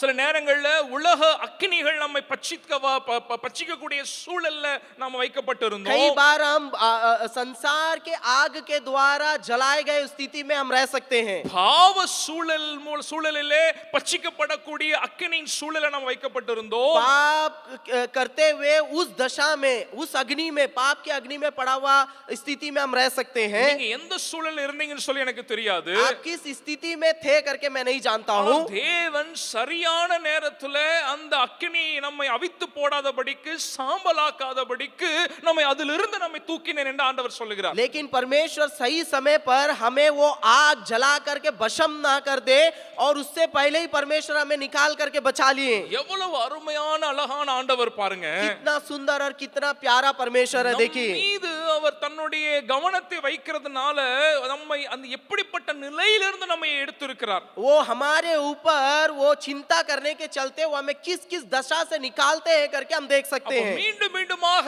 நம்மை அழைத்த அந்த அழைப்பு, அந்த நோக்கம், அந்த நிலை அதை ஞாபகப்படுத்திட்டே இருக்கிறார் और ஆண்டவர். बार बार परमेश्वर हम किस दशा से निकाले गए, किस अवस्था से बुलाए गए हैं करके बार बार हमें याद दिलाते हैं। இதை நான் சொல்லும் பொழுது ஒரு சம்பவம் எனக்கு ஞாபகம் வருகிறது. जब मैं इन बातों को कह रहा हूं तो मुझे एक घटना याद आ रही है। உங்களுக்கு ஜான் வெஸ்லியை குறித்து நீங்க கேள்விப்பட்டிருப்பீங்க. शायद आप जॉन वेस्ली नामक एक व्यक्ति के बारे में सुने होंगे। அதாவது மெத்தடிசம் அல்லது மெத்தடிஸ்ட் சபையினுடைய ஸ்தாபகராக அவர் இருந்தார். वो जो है मेथोडिस्ट चर्च के संस्थापक थे। அவரை ஆண்டவர் இங்கிலாந்து, ஸ்காட்லாந்து, அயர்லாந்தினுடைய எழுப்புதலுக்காக ஆண்டவர் அவரை பயன்படுத்தின ஒரு தாசன். और परमेश्वर ने उन्हें इंग्लैंड, आयरलैंड और स्कॉटलैंड में जो जागृति हुआ उस जागृति के लिए इस्तेमाल करें। சாமுவேல் மற்றும் சூசனா வெஸ்லியினுடைய 13 குழந்தைகளிலே 8வது குழந்தையாக பிறந்தவர் सैमुएल, சூசனா. सुसन्ना और சாமுவேல், சூசனா, வெஸ்லி दो ना पति पत्नी है। उनके 11 बच्चे। 13 बच्चा में से 8वां बच्चा जॉन वेस्ली है. जी, 13 बच्चे में से 8वां இங்க என்ன நடந்தது என்று சொன்னால் எனக்கு ரொம்ப சில நேரங்கள் ஆச்சரியமா இருக்கும். यार 13 பிள்ளைகள் அவர்களுக்கு சாமுவேல், சூசனா, வெஸ்லிக்கு. यहाँ पर देखेंगे वो सैमुएल और सुसन्ना के जो है 13 बच्चे हैं। ஒரு பிள்ளையை வச்சுட்டே நமக்கு வந்து கஷ்டம் தான். एक बच्चों को रख कर ही हमें बहुत कष्ट होता है। 13 பிள்ளையை வச்சவங்க எப்படி வளர்த்தாங்கன்னு தெரியல. 13 बच्चों को रख करके उन्होंने कैसे पाला पोषा नहीं पता। நேற்றைய தினத்துல காலையில ஜெர்மனியில் இருக்கக்கூடிய நமக்கு நல்ல தெரிந்த ஃபில் சகோதரர் இடத்துல நான் போன்ல பேசிட்டு இருந்தேன். और कल के दिन में जर्मनी का एक भाई जो है उसका नाम है फिल। இங்க நம்மளுடைய வளாகத்திற்கு அடிக்கடி நிறைய முறை வந்திருக்கிறார்கள். वो हमारे हाथा में बार-बार कई बार आए हैं। उनसे मैं बात कर रहा था। உங்களுக்கு எல்லாம் தெரியும் 3 குழந்தைகள் அவர்களுக்கு உண்டு. आप सभी को पता है उनका 3 बच्चे हैं। 3 பெண் பிள்ளைகள் அவர்களுக்கு உண்டு. उनका 3 लड़की बच्चियां हैं। நேற்று நான் கால் பண்ணி பேசும்போது தான் ஏற்கனவே அவருக்கு நடந்த ஒரு காரியம் தான் 4வது குழந்தை அவர்களுக்கு பிறந்திருக்கிறது. और जब मैं कल बात कर रहा था तो ऐसे ही 3 बच्चे हैं लेकिन एक चौथा बच्चे भी पैदा हुआ है। 4வது பெண் குழந்தை அவர்களுக்கு பிறந்தது. நேற்று காலையில் அவரிடத்தில் நான் பேசிக் கொண்டிருந்தேன். और चौथा भी लड़की बच्ची पैदा हुआ है। कल सुबह मैं उनसे बात कर रहा था। நான் காலையில நேத்து நான் அவரிடத்தில் நைட் பேசும்பொழுது அவங்க காலையில அவர் எழும்பி இருந்தாங்க. और पिछले दिन जब मैं रात में बात कर रहा था तो वो उनका दिन में वे लोग जगे थे। दिन है उनका। எழும்பின உடனே நான் உங்களுக்கு ஃபோன் பண்ணியிருந்தேன். और जैसे वे लोग जगे मैंने उनको कॉल किया। அப்ப அவர் ரொம்ப என்ன சொல்றது சை ஆஃப் ரிலீஃப்னு சொல்வாங்கல அந்த மாதிரி அவர் வந்து பெருமூச்சு விட்டு ஒரு காரியம் சொன்னாரு. तो उन्होंने इस प्रकार से लंबी आह भर करके एक जवाब देते हैं ना उस प्रकार से जवाब दिया। அதாவது ராத்திரி முழுக்க என் குழந்தை வந்து இந்த இன்னைக்கு வந்து ராத்திரில டிஸ்டர்ப் பண்ணல அப்படினாரு. और उन्होंने कहा कि रात भर मेरा बच्चा ना मुझे तंग नहीं किया। சின்ன பிள்ளைங்க இருக்கிறவங்களுக்கு தெரியும் சின்ன பிள்ளைங்க வந்து எவ்வளவு நைட்ல தூங்க விடாம சில நேரம்ல பண்ணுவாங்கன்னு சொல்லி. जिनके पास छोटे बच्चे हैं उन लोगों को पता होगा रात में छोटे बच्चे कितना परेशान करते हैं। எதற்காக நான் சொல்லுகிறேன் அப்படினு சொன்னா இந்த 8வதாக இருந்த ஜான் வெஸ்லியை குறித்து ஒரு காரியத்தை அவங்க அம்மா அவர்களுக்கு சொல்லி இருந்தார்கள். मैं इन बातों को क्यों कह रहा हूं क्योंकि जो 8वां बच्चे के रूप में जो जॉन वेस्ली थे उसके प्रति उनका मां कुछ मकसद को रखी थी। அதை நான் பின்னாடியா நான் சொல்லுகிறேன். சொல்லுகிறேன். उसे मैं बाद में बताऊंगा। ஒரு முறை, அதாவது பல ஆண்டுகள் ஊழியம் செய்ததுக்கு அப்புறம் ஒரு வியாதி நிமித்தமாக ஜான் வெஸ்லி படுக்கையில் இருக்கிறார். एक बार की बात है, कई साल सेवकाई करने के बाद जॉन वेस्ली वहां पर एक बार जो है वो बीमार अवस्था में पड़े हुए थे। மிகவும் சோர்ந்து போன நிலையில அவர் இருக்கிறார். बिल्कुल निराश अवस्था में पड़े थे இதற்கு மேல என்னோட உயிரும் தப்பாதோ என்க அவர் யோசிக்கிறார். और उस अवस्था में वो सोच रहा है शायद और मेरा जान नहीं बचेगा। அப்ப 45 ஆண்டுகளுக்கு முன் நடந்த ஒரு சம்பவம் அவருக்கு ஞாபகம் வருகிறது. तब लगभग आज से 45 साल पहले 45 साल पहले जो घटना हुआ था उसको याद कर रहा है। அதை ஞாபகப்படுத்தினவராக ஒரு வார்த்தையை அவர் எழுதுகிறார். वो उस बात को याद करके कुछ वहां लिख रहा है। எதற்காக எழுதுகிறார்னா, क्यों लिख रहा है? நான் மரிச்சு போயிட்டேன்னு சொன்னா என்னோட கல்லறையில இதை எழுதி விடுங்கள் என்பதற்காக அவர் எழுதுகிறார். वो लिख रहा है यदि मैं मर जाऊंगा तो मेरे मरने के बाद मेरे कब्र में इस बात को, इस वाक्य को लिखना है। என்ன வார்த்தை அவர் எழுதி கொடுத்தார் அப்படின்னு சொன்னா, वो किस बात को लिख करके दिए करके देखेंगे तो, here lies John Wesley, a brand plucked from the fire. இங்கே அந்த அக்கினியிலிருந்து தப்புவிக்கப்பட்ட கொள்ளியாகிய ஜான் வெஸ்லி என்று சொல்லி எழுதி கொடுத்தார். वहां पर वो इस प्रकार से लिख करके दिए कि आग से बचाया गया जॉन वेस्ली என்று அவர் எழுதி கொடுக்கிறார். ऐसा लिख करके वो दे रहा है। எதற்கு? கல்லறையில் எழுதுறதுக்கு. क्यों? वो अपने कब्र में उसको खुदवाने के लिए अपने लोगों को दे रहे हैं। அவரே முடிவு செய்து விட்டார், அந்த ஊழியம் எல்லாம் முடிஞ்சு போச்சு இதோட. उन्होंने ही वहां पर निर्णय कर लिया, बस इसके बाद मेरा सेवकाई सब खत्म है, मैं तो मर जाऊंगा। அப்ப ஆண்டவர் அந்த 45 ஆண்டுகளுக்கு முன்பாக நடந்த சம்பவத்தை அவருக்கு ஞாபகப்படுத்துகிறார். तो उस अवस्था में परमेश्वर जॉन वेस्ली को उसके 45 साल पहले जो घटना घटी उस बात को याद दिला रहा है। ஒரு நாள் இரவிலே அந்த முழு குடும்பமும் தூங்கி கொண்டிருந்த நேரத்துல, एक रात जब उनका पूरा परिवार सो रहे थे, 11:30 மணி அளவிலே, ராத்திரி 11:30 மணி அளவிலே, रात्रि 11 बजे, 11:30 बजे திடீரென்று சொல்லி சுத்தி வீட சுத்தி வெறும் தீ, अचानक से उसके घर के चारों तरफ आग के लपटें उठने लगी। சாமுவேல் சூசனா வெஸ்லியும் தன்னுடைய பிள்ளைகள் எல்லாம் எடுத்துட்டு வீட்டை விட்டு வெளியே ஓடி வந்தாங்க. और उनके माँ बाप सैमुएल और सूसना वेस्ली उन लोग सबको उठा करके अपने बच्चों को लेकर के घर से बाहर भागे। அந்த நாட்களிலே இங்கிலாந்து தேசத்துல வீடுகள் எல்லாமே உங்களுக்கு வுட்ல தான் செய்யப்பட்டிருக்கும். और आपको पता है उन दिनों में इंग्लैंड में अधिकतर घर जो है वो लकड़ी का बना होता था। அதனால திடீரென்று முழுவதும் தீ பற்றி எரிகிறது. और अचानक से वहाँ पूरा घर, उनका घर जो है जल करके जल रहा है। எல்லாம் வந்த உடனே அம்மா சூசனா வெஸ்லி எண்ணி பாக்குறாங்க, பிள்ளைங்க எல்லாம் வந்துருச்சா, கரெக்டா இருக்குதா? जैसे बाहर गए उसकी माँ सूसना वेस्ली क्या कर रही है, सारे बच्चों को गिन रहा है कि सारे बच्चे आ गए हैं कि नहीं। ஒரு ரெண்டு பிள்ளை அங்கங்க போனாலே நம்ம கண்டுபிடிக்க முடியாது. मान लीजिए एक दो बच्चे यहाँ वहाँ जाता है तो हमें ढूंढना मुश्किल हो जाता है। அத்தனை பிள்ளைங்களை அவங்க வந்து கணக்குல வச்சாங்கன்னு தெரியல. ये 13 बच्चे किस प्रकार से वो गिनती में रखी थी पता नहीं। பேரெல்லாம் ஞாபகம் வைக்கிறதே பெரிய சேலஞ்ச் தான். वो जरूर उनका नाम भी याद रखना बहुत बड़ी चुनौती है। எல்லாம் எண்ணி பார்த்தா 12 தான் இருக்கு, ஒண்ணே காணோம். सबको गिन करके जब देख रही है तो 12 ही है, एक नहीं दिख रहा है। திடீர்னு பார்த்தா மேல அந்த அட்டிக்னு சொல்வாங்க இல்லையா, அங்க இருந்து சத்தம், யார் சத்தம் போடுறானா, ஜான் வெஸ்லி. तो अचानक से जब उसकी माँ देख रहा है ऊपर अटारी से, ऊपरी कोठरी से आवाज आ रहा है और देखने पर पता हो रहा है जॉन वेस्ली वहां पर फंसा हुआ है। 8வது பிள்ளை சிறியவன் அவன், और आठवां बच्चा है, छोटा है। சின்ன பிள்ளை அங்க மேல இருந்து அலறுது। और वहां जलता हुआ उस मकान में ऊपर से वो बच्चा चिल्ला रहा है। ராத்திரியில அவனை காப்பாத்துறதுக்கு எதுவுமே இல்ல அவங்க இடத்துல।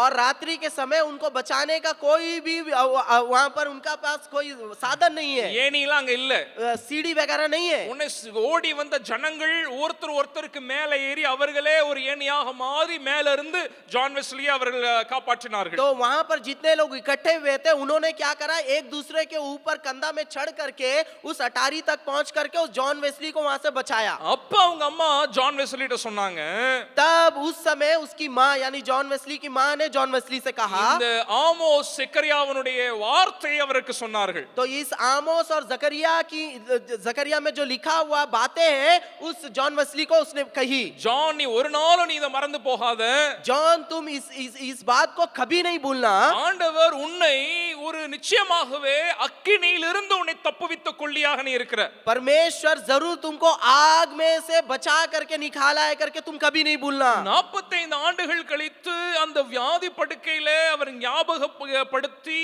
தான் மரித்த பின்பு கல்லறையில எழுத கொடுத்த ஜான் வெஸ்லி 45 साल के बाद वो अपने मृत्यु शैया में पड़ा हुआ है और उस दशा में वो अपना कब्र में लिखने के लिए वाक्य को दे दिया। இந்த சம்பவம் அவருக்குள்ள ஒரு மீண்டும் ஒரு உற்சாகத்தை கொடுத்துருச்சு. लेकिन जैसे ही वो पिछला घटना उसको याद आया, उसके अंदर यानी जॉन वेस्ली के अंदर एक नया उत्साह आ गया। நிறைய நேரங்கள்ல நம்மளுடைய படுக்கை, நம்மளுடைய சுகவீனங்கள் நம்மளுடைய சரீர சம்பந்தப்பட்டவைகள் அல்ல.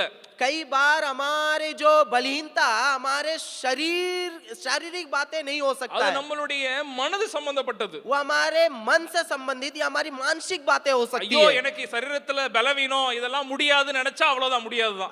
मान लीजिए हम इस प्रकार का सोचते हैं, अब बस मेरा तो शरीर बलहीन है और कुछ नहीं होगा, ऐसा अगर आप सोच लिए तो गया। ஆனா ஆண்டவர் இந்த வார்த்தையை அவருக்கு திரும்ப ஞாபகப்படுத்தின உடனே लेकिन जब परमेश्वर उसे इस बात को जैसे ही याद दिलाया, அவரோட படுக்கை உடனே மாறிடுச்சு. उसका जो मृत्यु का शैया है वो बदल गया। அதுக்கு அப்புறம் 37 ஆண்டுகள் திரும்ப ஊழியம் செய்தார். उसके बाद जॉन वेस्ली 37 वर्ष और सेवकाई करें। ஹல்லேலூயா, हालेलुया। ஆண்டவர் நம்மளுடைய அழைப்பை, நம்மளுடைய நிலையை, நம்மளுடைய நோக்கத்தை அவர் ஞாபகப்படுத்திட்டே இருக்கும்போது जब परमेश्वर हमारी अवस्था, हमारी दशा, हमारे बुलाहट को जब याद दिलाते हैं, நமக்குள்ள மீண்டும் ஒரு வைராக்கியத்தை, அந்த மகிமையை அவரால திரும்ப வர பண்ண முடியும். तो फिर से हमारे अंदर में परमेश्वर के प्रति एक धुन और उस महिमा को लेकर आ सकते हैं தொடர்ந்து ஆண்டவருக்காக ஓட ஆண்டவரால செய்ய முடியும். और लगातार परमेश्वर के लिए दौड़ने के लिए परमेश्वर हमें योग्य बना सकते हैं। இப்ப இரண்டாவது காரியத்திற்காக நான் சீக்கிரமாக வர விரும்புகிறேன். अभी मैं दूसरी बात में थोड़ा जल्दी से जाना चाहूंगा। நீங்கள் அதே ஆமோஸ் 9ஆம் அதிகாரத்தினுடைய அந்த 11 அல்லது 12ஆம் வசனத்தினுடைய அந்த இரண்டாவது பகுதியை நீங்க பார்த்தீங்கன்னு சொன்னா, यदि आप फिर से उसी आमोस नबी की पुस्तक अध्याय 9 वचन 11 का बातों को जब आप देखेंगे, அங்கே ஆண்டவர் சொல்லுகிறாரு ஐ வில் ரிப்பேர் அல்லது நான் சீர்படுத்துவேன் என்று அவர் சொல்லுகிறார். और यहाँ पर दूसरी बात परमेश्वर इस प्रकार से कह रहा है कि मैं नाकों को सुधारूंगा। இங்கே ரிப்பேர் பண்ணக்கூடிய சீர்படுத்தக்கூடிய காரியம் எதை காட்டுகிறது? यहाँ पर सुधारना या मरम्मत करना किस बात को दर्शाती है? முதலாவது நான் சொன்னேன் it shows the restored purpose, நோக்கத்தை திரும்ப வர பண்ணுகிற காரியம் என்று சொன்னேன். तो मैंने पहली बात में कहा था कि वो जो मकसद को फिर से पुनर्विस्थापित करने की बातें वहां पर बताया गया है। ரிப்பேர் பண்ணக்கூடிய சீர்படுத்துகிற காரியம் it shows the restored prayer and restored purity. நம்மளுடைய ஜெப வாழ்விலும் பரிசுத்த வாழ்வையும் ஆண்டவர் திரும்ப கட்டுகிற காரியம் तो அது. यहाँ नाके को सुधारूंगा करके जब कह रहा है तो क्या कह रहा है कि वो हमारे प्रार्थना का जीवन और पवित्र जीवन को पुनर्स्थापित करेंगे। இங்கே அதே 9ஆம் அதிகாரத்தினுடைய 3ஆம் வசனத்தை நீங்க வாசிச்சீங்கன்னா, यदि आप उसी 9वां अध्याय का 3रा वचन को पढ़ेंगे, அந்த 3ஆம் வசனம் 9:3 என்ன சொல்லுகிறது? वहाँ 9 का 3 वचन क्या कह रहा है? ஜனங்கள் தேவனுடைய சன்னிதானத்திலிருந்து ஓடுகிறது ஒளித்துக் கொள்ளுகிற காரியத்தை காட்டுகிறது. वहां पर हम देख सकते हैं कि लोग जो है परमेश्वर की उपस्थिति से भागकर छिप रहे हैं। 3ஆம் வசனம் அவர்கள் கர்மேலின் கொடுமுடியிலே ஒளித்துக் கொண்டாலும், 3रा वचन इस प्रकार से लिखा गया, चाहे वे कमरेल में छिप जाएं। அப்ப என்ன நடக்கிறது? தேவ சமூகத்தை அவர்கள் தேடாத ஒரு நிலை. यहाँ पर क्या दशा है? परमेश्वर के उपस्थिति को वे लोग नहीं चाह रहे हैं, नहीं खोज रहे हैं। நாங்கள் நேற்றைய முந்தின தினம் கேர்சலாக கூடி எங்களுடைய கேர்சல் நடத்தி கொண்டிருந்தோம். और पिछले दिन मैं अपने लोगों को रख करके वहाँ कैरसल को चला रहा था। நான் எங்களுடைய கேர்சல்ல ரிக் வாரனுடைய பர்பஸ் ட்ரிவன் லைஃபை இந்த கேர்சல்ல நான் எடுத்துக்கொண்டு வருகிறேன், மெடிடேட் பண்ணுகிறோம். और हमारे कैरसल में मैं उस पर्पस ड्रिवन लाइफ ना उद्देश्य चलित जीवन उस पुस्तक के विषय में हम लोग अध्ययन करते आ रहे हैं। என்னுடைய தனிப்பட்ட வாழ்விலே பல ஆண்டுகளுக்கு முன்பதாக அதிக தாக்கத்தை ஏற்படுத்தின ஒரு புத்தகம். और मेरे जीवन काल में पुराने समय में वो बहुत बड़ा प्रभाव डाला हुआ वो एक पुस्तक है। அதனால இது என்னுடைய 3வது கேர்சல். எல்லா கேர்சல்லையுமே இந்த புத்தகத்தை நான் இன்ட்ரோ듀ce பண்ணியிருக்கிறேன். और इसीलिए ये मेरा 3रा कैरसल है। मैं अपने सारे कैरसल में इस पुस्तक को जो है वहां पर मैंने दिखाया लोगों को। நாங்கள் நேற்று முந்தின தினத்துல ஒரு அத்தியாயத்தை நாங்கள் அங்க தியானிக்கும் பொழுது, और पिछले दिन जब हम वहां पर एक अध्याय को ध्यान कर रहे थे, அங்கே எங்களுடைய அந்த அந்த அந்த ஜெப வாழ்வை குறித்து நாங்கள் தியானித்துக் கொண்டிருந்தோம். वहां पर हम अपने प्रार्थना के जीवन के विषय में अध्ययन कर रहे थे। அப்ப ஒரு காரியத்தை நாங்கள் நினைவுகளை கொண்டு வந்தோம். तब हम एक बात को अपने अपने मनसा में लेकर आए। ஆண்டவருக்குள்ள வந்த நாட்களில ஜெபத்துல ஜெப காரியத்தை குறித்து இருக்கக்கூடிய அந்த அந்த வைராக்கியம், அந்த ஈடுபாடு, जब शुरुआत में जब हम परमेश्वर के निकट आए थे या प्रभु में आए थे, उस समय का हमारा प्रार्थना का जीवन, அங்க நிறைய பேருடைய நாங்கள் பேசிக் கொண்டிருக்கும் போது ஒரு காரியத்தை நாங்கள் புரிந்து கொண்டோம். என்ன அப்படின்னு சொன்னா, जब हम वहाँ बहुत लोग हम लोग बात कर रहे थे, तब हम एक बात को समझे, वो क्या है, நாட்கள் போக போக दिन जाते जाते அல்லது பொறுப்புகள் கூட கூட या जिम्मेदारियां बढ़ते बढ़ते நம்மளுடைய ஜெப வாழ்வு அப்படியே குறைந்து போகிறத பார்க்கலாம். हमारा प्रार्थना का जीवन धीरे धीरे सिमटता हुआ हम देख सकते हैं। ஆனா ஆண்டவர் தன்னுடைய மகிமையை நம்மளுடைய காரியங்களில திரும்ப வர பண்ணணும்னு சொன்னா, लेकिन जब परमेश्वर अपनी महिमा को हमारे कार्यों में फिर से लेकर आना है करके जब हम देखेंगे, நான் அவருடைய சமூகத்திலிருந்து நான் ஒளித்துக் கொள்ளுகிறவனாக அல்ல, मैं उसके सम्मुख में या सम्मुख से छिपने हुए दशा में नहीं, ஆனால் ஆசையாய் அவருடைய சமூகத்திலே காத்திருக்கிறவனாக நான் இருக்க வேண்டும். बल्कि बिल्कुल सुइच्छा से प्रसन्नता के साथ उसके उसके सम्मुख में इंतजार करना, उसकी बाट जोना। இங்கே ஆமோஸ் அதனுடைய விளைவை காட்டுகிறார். यहाँ आमोस उसका परिणाम को दिखा रहा है। நீங்கள் 8ஆம் அதிகாரத்தினுடைய 13-14 வாசிச்சீங்கன்னா, यदि आप 8वां उसी आमोस नबी की पुस्तक 8वां अध्याय 13 और 14 वचन को पढ़ेंगे, அங்கே வசனம் எப்படி சொல்கிறது பாருங்க. वहाँ वचन इस प्रकार से कहता है, அவன் நான் வாசிக்கிறேன். அந்நாளிலே சௌந்தரியமுள்ள கன்னிகைகளும் வாலிபரும் தாகத்தினால் சோர்ந்து போவார்கள். वहाँ 13 वचन इस प्रकार से लिखा गया है, उस समय सुंदर कुमारियां और जवान पुरुष दोनों प्यास के मारे मूर्छा खाएंगे। என்ன நடக்கிறது? அவர்கள் தேவ சமூகத்தை தேடாதனால வாலிபர்கள் தான், ஆனா அவர்களுக்குள்ள சோர்வு. क्या हो रहा है वहां पर? वे लोग परमेश्वर की उपस्थिति को नहीं खोज रहे हैं, जिसके चलते वे लोग जवान होने के चलते भी वहां मूर्छा खा रहे हैं। ஆனால் நமக்கு எல்லாருக்கும் தெரிந்த ஒரு வசனம், लेकिन हम सबों को जानने वाला एक वचन है, ஏசாயா 40ஆம் அதிகாரம் 30-31 வசனங்கள், यशायाह नबी की पुस्तक 40 अध्याय, और वहां पर अगर आप 30 वचन को देखेंगे, 30-31 தேவ சமூகத்தை தேடி தேவ சமூகத்துல காத்திருக்கிறவர்களுடைய நிலையை வசனம் சொல்லுகிறது. वहां पर लिखा है 30 और 31 वचन में, जो परमेश्वर की बाट जोते हैं वे नया बल प्राप्त करेंगे। என்ன நடக்கிறது? இளைஞர்கள் 30 वचन को दिखाइएगा. 30 वचन, இளைஞர்கள் இளைப்படைந்து சோர்ந்து போவார்கள், வாலிபர் இடறி விழுவார்கள். यहाँ पर लिखा गया है यशायाह नबी की पुस्तक 40 अध्याय 30 वचन, तरुण तो तकते और श्रमित हो जाते हैं और जवान ठोकर खाकर गिरते हैं। ஆனால் தேவனுக்கு காத்திருக்கிறவர்கள் 31ஆம் வசனம் என்ன சொல்கிறது? 31 और 31 वचन इस प्रकार से लिखता है, परंतु जो यहोवा की बाट जोते हैं, கர்த்தருக்கு காத்திருக்கிறவர்களோ புது பலன் அடைகிறார்கள் என்று வசனம் சொல்லுகிறது. वे नया बल प्राप्त करते जाएंगे करके वचन कहते हैं। ஓடினாலும் இளைப்படையார்கள், நடந்தாலும் சோர்ந்து போகார்கள். तब दौड़ेंगे और श्रमित ना होंगे, चलेंगे और तकित ना होंगे। அப்ப ஆண்டவருடைய சமூகம் தான் உங்களுக்கு எனக்கும் அந்த புதிய பலனை தரக்கூடியது. यानी परमेश्वर की उपस्थिति में ही, या उपस्थिति हमें वो हमारे निराशापन से हमें हटा सकता है, நமக்கு ஒரு புதிய பலனை தரக்கூடியது, हमें एक नया बल दे सकता है। இந்த உபவாச நாட்கள் குறித்து நான் யோசிச்சு பார்த்தேன் அப்படின்னு சொன்னா, जब उपवास दिनों को, जब मैं उपवास के प्रार्थना के दिनों को जब मैं सोच करके देख रहा था, நான் ஒரு டயபெட்டிக் ஆகி இன்சுலின் டிபெண்டன்ட் ஆனதுக்கு அப்புறம் எனக்குள்ள வந்த ஒரு கேள்வி இப்படியாக இருந்துச்சு, எனக்குள்ள ஒரு வருத்தம் உண்டானுச்சு. तो मुझे, मैं अपने बारे में सोच रहा था कि मेरे अंदर कुछ बीमारियां आने के चलते तो मेरे अंदर एक निराशापन और एक निराशापन चली आई। டாக்டர் சொன்னாங்க, நீங்க இனிமேல உபவாசம் இருக்கவே கூடாது என்று சொல்லிவிட்டார்கள். क्योंकि डॉक्टर ने मुझसे कहा था कि तुम कभी जो है उपवास नहीं रखना। ஆனால் எனக்கு உபவாச கூடுகைகள் அல்லது தனிப்பட்ட உபவாசங்கள் எனக்கு கண்டிப்பான செய்தி ஆக வேண்டும். लेकिन मैं कैसा हूं, मुझे वो उपवास प्रार्थना या व्यक्तिगत उपवास वो मुझे करना ही करना है। சில நேரங்களில் உபவாச கூடுகைகளிலே உபவாசம் இருப்பது மாத்திரமல்ல, டிரான்ஸ்லேட்டும் பண்ண வேண்டிய இருக்கும் எனக்கு. कभी कभी क्या होता है, उपवास प्रार्थना के दौरान ना केवल मुझे उपवास में रहना पड़ता है, बल्कि मुझे वहां अनुवाद बाद भी करना पड़ता ஆனா है। என்னுடைய ஒரே ஜெபம் ஆண்டவரே எப்படியாக நான் உபவாசம் இருக்கிறது எனக்கு உதவி செய்யுங்க நான் ஜெபிச்சேன். तो मेरा एक प्रार्थना है, परमेश्वर किसी न किसी रीति से मुझे उपवास रहने में मदद करे करके मैंने प्रार्थना किया। ஆண்டவருடைய மகிமைக்காக நான் சொல்ல விரும்புகிறேன். परमेश्वर की महिमा के लिए मैं कहना चाह रहा हूँ। என்னோட மனைவியிடத்துல கூட இப்ப சமீபத்துல நான் சொன்னேன், मैं अपनी पत्नी से भी इस बात को निकट में बांटा हूँ। கொஞ்சம் கூட ஒரு சோர்வு ஒரு பசியோ சுத்தமாகவே எனக்கு இல்ல. थोड़ा भी मुझे वहाँ पर थकावट या भूख मुझे बिल्कुल नहीं थी। ரெகுலரா நான் சாப்பிடும் போது கூட எனக்கு திடீர்னு பாத்தீங்கன்னா சுகர் லோவா ஆறதுக்கெல்லாம் வாய்ப்பு உண்டு.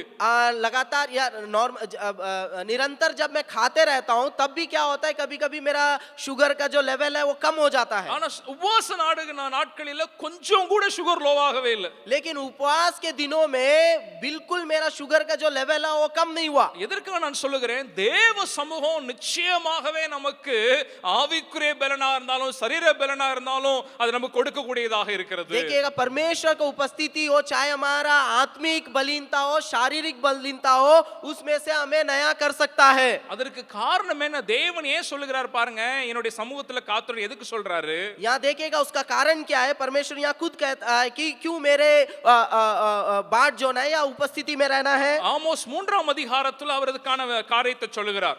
आमोस 3 अध्याय में उस बातों को, वो मकसद को बता रहा है। அதனுடைய 7-8 வசனங்களை நீங்க வாசிச்சீங்கன்னு சொன்னா आमोस 3 का 7 और 8 वचनों को अगर आप पढ़ेंगे, சொல்லுகிறார், கர்த்தராகிய ஆண்டவர் தீர்க்கதரிசிகளாகிய தம்முடைய ஊழியக்காரருக்கு தமது ரகசியத்தை வெளிப்படுத்தாமல் ஒரு காரியத்தையும் செய்யார். यहाँ लिखा है 7वां वचन, इसी प्रकार से प्रभु यहोवा अपने दास भविष्यवक्ताओं पर अपना मर्म बिना प्रकट किए कुछ भी ना करेगा। ஆண்டவர் என்ன சொல்றாரு, நான் என்னுடைய காரியங்களை விளங்க பண்ண நான் தெரிவிக்க விரும்புகிறேன். परमेश्वर यहाँ क्या कहना चाह रहा है कि मैं अपने कामों को वहां पर प्रकट करना चाह रहा हूँ, उसे वहां दर्शाना चाह रहा हूँ। என்னுடைய ரகசியங்களை நான் வெளிப்படுத்த விரும்புகிறேன். मैं अपने रहस्यों को वहां पर प्रकट करना चाहता हूँ। யாருக்கு அது வெளியரங்கமாக முடியும்? वो कौन उन बातों को समझ सकता है? தேவ சமூகத்துல காத்திருக்கிறவர்களுக்கு தான் அது வெளியரங்கமாக முடியும். वो बात उन्हीं के ऊपर प्रकट हो सकता है जो परमेश्वर की उपस्थिति में या उसकी बाट जोते हैं। அப்ப ஆண்டவர் நம்முடைய மகிமையை திரும்ப வர பண்ணும்போது, यदि तो जब परमेश्वर हमारे महिमा को फिर से जब लेकर आते हैं, நமக்குள்ள அந்த தேவ சமூகத்தை தேடக்கூடிய காரியமும் பரிசுத்தத்திற்கு அடுத்த காரியத்திலையும் ஆண்டவர் நம்மை நிறுத்துகிற காரியத்தை சீர்படுத்துகிற காரியத்தை பார்க்க முடியும். तो उस समय परमेश्वर हमें पवित्रता में खड़े होने या परमेश्वर की उपस्थिति में बाट जोने, उस बातों में भी हमें स्थिर करता हुआ हम देख सकते हैं। சமீபத்துல நாங்கள் குடும்பமாக ஒரு காரியத்தை நாங்கள் தீர்மானம் செய்தோம். निकट में हम अपने परिवार सहित कुछ बातों को हम लोगों ने निर्णय लिया। ஃபேமிலி பிரேயரை எங்களுக்கு அடிக்கடி ஞாபகப்படுத்துறது வரதான் தான். हमारे जो पारिवारिक प्रार्थना को हमेशा जो याद दिलाने वाला है वो है मेरा बेटा वरदान। அதனால நாங்க ஒரு நிர்ணயம் பண்ணோம், ஒரு நாள் ஒவ்வொருத்தருக்கு வந்து ஜெபம் அப்படின்னு சொல்லிட்டு டர்ன் போட்டாச்சு. इसीलिए मैंने क्या किया, प्रतिदिन एक एक व्यक्ति को प्रार्थना का जो है प्रार्थना का पारी होगा। அதனால அவன் வந்து டெய்லி நான் தான் ஞாபகப்படுத்துகிறேன் அப்படின்னு கொஞ்சம் இதாயிட்டான். इसीलिए मैं ही हमेशा याद दिलाता हूँ बोल करके वरदान जो है उत्साहित हो गया। ஒரு நாள் எனக்கு அவன் வந்து அது ரொம்ப இவ்வளவு சீரியஸா எடுத்துக்கிட்டான். वो एक दिन इस बात को वो बहुत ही गंभीरता से ले लिया। நான் ஆபீஸ்ல வந்து காலையில உட்கார்ந்து வேலை செஞ்சிட்டு இருந்தேன். मैं ऑफिस में आकर के भोर में सुबह में काम कर रहा था। திடீர்னு கால் வருது வீட்ல இருந்து. अचानक से घर से मुझे कॉल आ रहा है। அவன் சாப்பிட உட்கார்ந்திருக்கான், वरदान பிரேக்ஃபாஸ்ட். तो वरदान जो है मेरा बेटा वो खाने के लिए बैठा हुआ है, सुबह का नाश्ता। डैडी இன்னைக்கு ஜெபம் பண்ற டர்ன் உங்க டர்ன் அப்படின்றான். तो फोन में मुझसे कह रहा है कि पिताजी आज प्रार्थना करने का समय आपका है। எதுக்குடான்னு கேட்டா என் சாப்பாட்டுக்கு ஜெபம் பண்ணுங்க அப்படிங்கறான். क्यों उस समय? तो वो कह रहा है मेरा भोजन के लिए आप प्रार्थना करिए। நான் சொன்னேன், அம்மா சாப்பாட்டுக்கு நீதாம்மா ஜெபம் பண்ணணும், நைட்ல தான் ஃபேமிலி பிரேயர்ல தான் டர்ன் அப்படின்னு. तो मैंने कहा खाना के लिए आपको ही प्रार्थना करना है, जो पारिवारिक प्रार्थना है उसमें मेरा वो पारी है। வேடிக்கையாக எனக்கு இருந்தாலும் அது நல்லதாக பட்டது. वो जरूर एक हंसने वाली बात होने से भी वो अच्छा के लिए हुआ। ஆண்டவர் இடத்துல சொன்னார், அவன் அந்த பிரேயர் எவ்வளவு சீரியஸா எடுத்திருக்கான் பாரு, அப்ப நீ அந்த காரியத்துல சீரியஸா இருக்கிறாயா என்று ஆண்டவர் இடத்துல பேசினார். तो परमेश्वर ने मुझसे बातें किया उस समय में, वो अपना बातों में, प्रार्थना की बातों में कितना गंभीर है। क्या तुम अपने प्रार्थना की बातों में उतना गंभीर हो? அப்ப கர்த்தர் மகிமை திரும்ப வர பண்ணும் பொழுது அந்த ஜெபத்திலையும் பரிசுத்தத்திலையும் நம்மை சீர்படுத்துகிறவராக तो இருக்கிறார். जब परमेश्वर अपने वैभव अपने महिमा को जब लेकर आएंगे उस समय हमारे पवित्रता और प्रार्थना के जीवन या उसका बाट जोने वाले बातों में वो हमें स्थिर करता है। கடைசியாக ஒரு காரியத்தை வேகமாக சொல்லி நான் முடிக்க और விரும்புகிறேன். आखिरी में एक बातों को जल्दी से बता करके मैं समाप्त करूंगा। மூன்றாவதாக நம்மை அவர் ஸ்தாபிப்பேன் அல்லது ரீபில்ட் பண்ணுவேன் என்ற ஒரு வார்த்தையை சொல்கிறார். और तीसरी बात वो 9 का 11 वचन में लिखा गया है कि मैं फिर से बनाऊंगा। அது ஸ்தாபிக்கிற காரியம் எது என்று சொல்லி நீங்க வசனத்துல பார்ப்பீங்கன்னு சொன்னா यदि फिर से बनाऊंगा करके इस बात को अगर आप वचनों के आधार पर அந்த देखेंगे அந்த வசனம் அந்த மீண்டும் அந்த 11ஆம் வசனத்தை தமிழ்ல 12 நான் வாசிக்கிறேன். அந்த பின்பகுதியை நான் வாசிக்கிறேன். मैं उसी आमोस 9 का 11 हिंदी में तमिल में 12 है उसका मैं आखिरी भागों को पढ़ने जा रहा हूं। பூர்வ நாட்களில் இருந்தது போல அதை ஸ்தாபிப்பேன். यहाँ लिखा है और उसके खंडरों को फिर बनाऊंगा और जैसा वह प्राचीन काल में था वैसा ही बनाऊंगा। அதாவது பூர்வ நாட்களை ஞாபகப்படுத்தி அதை போல ஸ்தாபிப்பேன் ஆண்டவர் சொல்றார். यानी प्रभु कहता है कि प्राचीन काल की बातों को याद दिला करके फिर उसको पुनर्स्थापित करूंगा। நான் இப்படியாக எடுத்துக்கொள்கிறேன். ரெஸ்டோர்ட் பிரின்சிபல்ஸ் என்று நான் எடுத்துக்கொள்கிறேன். அதாவது தேவனுடைய வார்த்தை கற்றுக் கொடுக்கிற பிரின்சிபல்ஸ்ல நம்மை திரும்ப வர பண்ணுகிற காரியம். यहाँ मैं इसको इस प्रकार से ले रहा हूं कि जो मूल्य सिद्धांत की बातें हैं प्रभु की सिद्धांतों की बातें उन बातों में हमें पुनर्स्थापित करेंगे। நீங்கள் நீதிமொழிகள் 22ஆம் அதிகாரம் 28 நீங்க வாசிச்சீங்கன்னா यदि आप नीति वचन 22 अध्याय 28 वचन को पढ़ेंगे அங்கே பூர்வ காலங்களினுடைய காரியத்தை ஆண்டவர் ஞாபகப்படுத்துறாரு. वहां पर परमेश्वर प्राचीन काल की बातों को स्मरण दिला रहा है। உன் பிதாக்கள் நாட்டின பூர்வ எல்லை குறியை மாற்றாதே. जो सिवाना या जो सीमा तेरे पुरखाओं ने बांधा हो उस पुराने सिवाने को ना बढ़ाना। அதே போல எரேமியா தீர்க்கதரிசி 6ஆம் அதிகாரம் 16 17 வாசிச்சீங்கன்னா यदि आप यिर्मयाह नबी की पुस्तक 6 अध्याय 16 और 17 वचन को पढ़ेंगे அங்கேயும் இந்த பூர்வ பாதையை நீ நினைவுகொள் என்று ஆண்டவர் சொல்றாரு. तो वहां पर परमेश्वर प्राचीन काल के मार्ग को याद करो करके प्रभु कह रहा है। அப்பனா ஆண்டவர் என்ன சொல்றாருன்னு பாத்தீங்கன்னா அவரோட மகிமையை திரும்ப வர பண்ணும்போது तो परमेश्वर यहाँ क्या कहना चाह रहा है कि जब परमेश्वर अपनी महिमा को फिर से लेकर जब आएंगे அந்த பூர்வ காலங்கள் பூர்வ நாட்களிலே ஏற்படுத்தப்பட்டவைகளை நாம் நினைவில் கொள்ள வேண்டும். तो उस पूर्ण प्राचीन काल में जो बातें हुई थी उन बातों को हमें स्मरण करने की आवश्यकता है। சமீப நாட்களிலே பல கூட்டங்கள்ல அண்ணனோடு கூட நான் பிரயாணம் செய்யும் போது और निकट के समयों में जब कभी सभाओं के चलते मैं बड़े अंकल के साथ यात्रा करता था அந்த நாட்களுடைய அவர்களுடைய அந்த இந்த வேல்யூஸ் அல்லது இந்த பிரின்சிபல்ஸ் எல்லாம் எதற்கு கொண்டு வந்தார்கள் இந்த காரியங்களை கொண்டு வந்தார்கள் என்று அவரிடத்துல நிறைய காரியங்களை நான் கேட்டு கொண்டிருந்தேன். में जो बातों को उन्होंने लाया उसको क्यों वे लाए करके उन बातों को मैं उनसे मैं पूछ रहा था. இதற்கு நான் கேட்டதற்கான காரணம் என்ன? मैं इन बातों को बड़े अंकल से क्यों पूछ रहा था, किस कारण से पूछ रहा था? என் ஆண்டவர் அதை விரும்புகிறவராக இருக்கிறார். பூர்வ காலங்கள் பூர்வ நாட்களுடைய காரியங்களை ஞாபகப்படுத்துகிறவராக இருக்கிறார். அதை மாற்றாத என்ன ஆண்டவர் சொல்றார். क्योंकि परमेश्वर वहां पर स्मरण दिला रहा है पूर्ण तो प्राचीन काल की बातों को स्मरण करो, उन सिद्धांतों को स्मरण करो, उसे बदलो मत. சமீபத்துல நம்மளுடைய இந்த அட்மினிஸ்ட்ரேட்டிவ் கவுன்சில்ல ஒரு காரியத்தை சொல்லி அதை நாங்கள் கொண்டு வந்தோம். और निकट में हमारे जो एडमिनिस्ट्रेशन काउंसिल में कुछ बातों को हम लोगों ने लेकर आए. நம்மளுடைய இந்த ஜோன் 16 ஜோனுடைய பெயர்களை மீண்டுமாக பழைய பெயர்களை கொண்டு வந்திருக்கிறோம். और हमारे लगभग जो 16 जोन है उनका नाम को फिर से बदलने वाली बातों को हम लोगों ने लेकर आए. இடையிலே மாற்றப்பட்டது, बीच में वो बदला गया. நாங்கள் இந்த டிசம்பர் மாதத்துல பழைய பெயர்களை கொண்டு வந்து விட்டோம். और हम इस पिछले दिसंबर माह में पुराने नामों को हम फिर से लेकर आए. அதாவது பீஸ் 1 உங்களுக்கு தெரியும், பீஸ் 2 பீஸ் 3 இதெல்லாம் பழைய பெயர்கள். जो पीस 1 आप जानते हैं, पीस 1 पीस 2 और ऐसे ऐसे कई सारे नाम है, उस पुराने नाम को हम लोग लेकर आए. அதற்கு காரணம் என்ன அப்படினு சொன்னீங்கன்னா यदि उसका कारण क्या है करके आप जानेंगे, ஆரம்பிக்கப்பட்ட அந்த பெயர் வைக்கப்பட்டதற்கான ஒரு நோக்கம் உண்டு. वो पुराने समय में उस नाम को जोन का नाम को उस प्रकार से रखने का कुछ कारण था. அது அடுத்த தலைமுறையானாலும் எத்தனை வருடங்கள் ஆனாலும் அது நினைவு கூறப்பட்டே ஆக வேண்டும். वो कितना भी समय गुजर गया हो, कितना भी पीढ़ी क्यों ना चला गया हो, उन बातों को स्मरण रखने की आवश्यकता है। பழைய காரியங்களை நினைவு கூறாத பொழுதுதான் நம்ம அந்த நோக்கத்திலிருந்து விலகி போக வாய்ப்பு உண்டு. पुरानी बातों को जब हम याद नहीं रखेंगे तब हम अपने मकसद से पीछे हटने का अवसर होता है। அதனாலதான் பல அடிக்கடி பழைய ஏற்பாட்டுல ஆண்டவர் இஸ்ரவேல் ஜனத்துக்கு என்ன சொல்றாரு? इसीलिए पुराने नियम में अक्सर परमेश्वर अपने लोगों को क्या कह रहा है? நீ உன் பிள்ளைகளுக்கு நீ நடந்து வந்த பாதைகளை நான் உன்னை விடுவித்த காரியங்களை நீ சொல்லிக் கொடுன்றாரு. तू अपने बच्चों को जिस मार्ग से मैं तुम्हें लेकर आया हूँ या जिस जगह से मैं तुम्हें लेकर आया हूँ उन बातों को स्मरण दिला।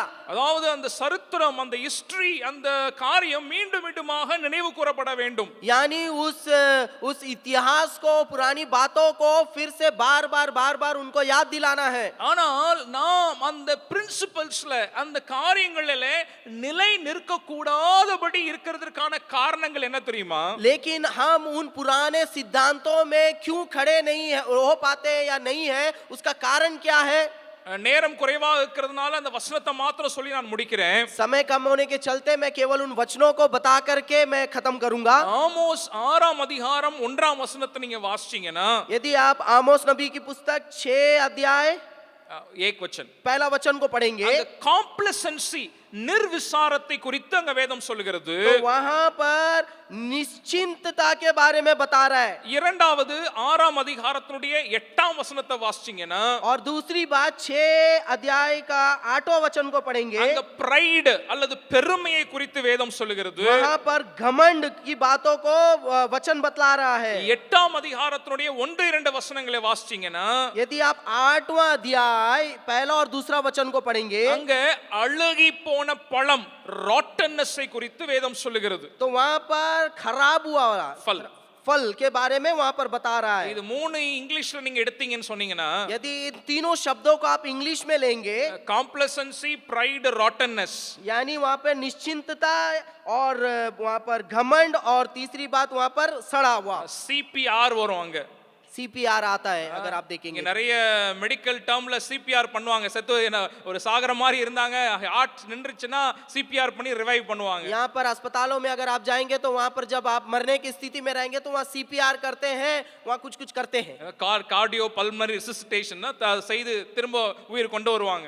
वहां पर कुछ जांच को करते हैं, हृदय से संबंधित कुछ बातों को करते हैं और आपका जान को वापस लेकर आते हैं। ஆனா இந்த CPR வந்து என்னன்னா ஹார்ட் ஸ்டாப் பண்ணிரும். लेकिन यहाँ जो CPR है वो आपका हृदय को रोक देगा। அப்ப निर्विसाரமோ, பெருமையோ அல்லது அழுகக்கூடிய காரியங்களோ, பலன் கொடுக்காதவைகளோ என் வாழ்க்கையில் இருக்குன்னு சொன்னா ஆண்டவர் அவைகளை எடுத்து போட வேண்டிய அவசியம் உண்டு. तो यहाँ पर निश्चिंतता और जो घमंड की बात और यहाँ पर सड़ा हुआ स्थिति, इस प्रकार की स्थिति अगर आपके जीवन में रहेगा तो परमेश्वर उन बातों को निकाल देगा। இதை ஆண்டவர் நம் வாழ்க்கையில இருந்து எடுக்கும் போது என்ன நடக்கும்னா, जब परमेश्वर इन बातों को हमारे जीवन से निकालेगा तो वहां क्या होती நம்ம है? தேவனுடைய அந்த வழிகளிலே, அந்த பூர்வ பாதைகளிலே நடக்கிறவர்களாக நம்ம மாறி போவோம். तो हम परमेश्वर के और प्राचीन काल के सिद्धांत या उस मार्ग में चलने वाले हम फिर से बन जाते हैं। அதனால 9ஆம் அதிகாரம் ஆமோஸ் 9:9ல ஆண்டவர் சொல்றாரு, इसीलिए आमोस 9 का 9 में परमेश्वर इस प्रकार से कहते हैं, நான் ஒரு ரிஃபைனராக நான் உன்னை அந்த ரிஃபைன் பண்ணுகிறவனாக இருக்கிறேன் ஆண்டவர் சொல்லுகிறார். यहाँ परमेश्वर कहता है मैं तुम्हें छान लूंगा, मतलब छलनी के समान छानूंगा करके कहता है। நம்ம எதுக்காக அவர் சலிக்கிறாராம், எதுக்காக நம்ம ரிஃபைன் பண்றாராம்? वह हमें क्यों छान रहे हैं?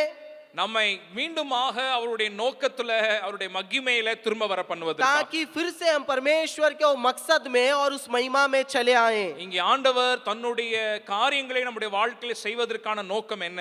परमेश्वर हमारे जीवन में जो बातों को कर रहा है उसका मकसद क्या है? நம்மை மீண்டுமாக அவருடைய மகிமையை நம்முடைய தனிப்பட்ட வாழ்க்கையில, குடும்பத்துல, ஊழியத்துல அவர் கொண்டு வருவதற்காக. क्योंकि परमेश्वर अपने महिमा को हमारे जीवन में, हमारे सेवकाई में, हमारे व्यक्तिगत बातों में वो फिर से हम उस महिमा, उस वैभव को लेकर आना चाहते हैं। அதற்கு நம்மளுடைய நோக்கத்தை, he wants to restore the purpose, நம்ம அந்த நோக்கத்துல அழைப்பை அவர் நமக்கு ரெஸ்டோர் பண்ண விரும்புறாரு. इसीलिए वो हमारा जो मकसद में हमें पुनर्स्थापित करना चाहता है। நம்மளுடைய he wants to restore us in our prayer and purity, நம்முடைய ஜெப வாழ்விலும் பரிசுத்தத்திலும் நம்ம ரெஸ்டோர் பண்ண விரும்புகிறாரு. वो हमारे प्रार्थना के जीवन और हमारे पवित्रता के जीवन में वो हमें पुनर्स्थापित करना चाहते हैं। he wants to restore us in the principles of the old times times அந்த பழைய அந்த பூர்வ கால அந்த தேவனுடைய சித்தாந்தங்களிலே நம்மை அவர் ரெஸ்டோர் பண்ண விரும்புகிறார் साथ ही परमेश्वर हमें प्राचीन काल के सिद्धांत और उस मूल्य में हमें वो पुनर्स्थापित करना चाहते हैं। அந்த நிலையில நீங்களும் நானும் வரும் பொழுது जब उस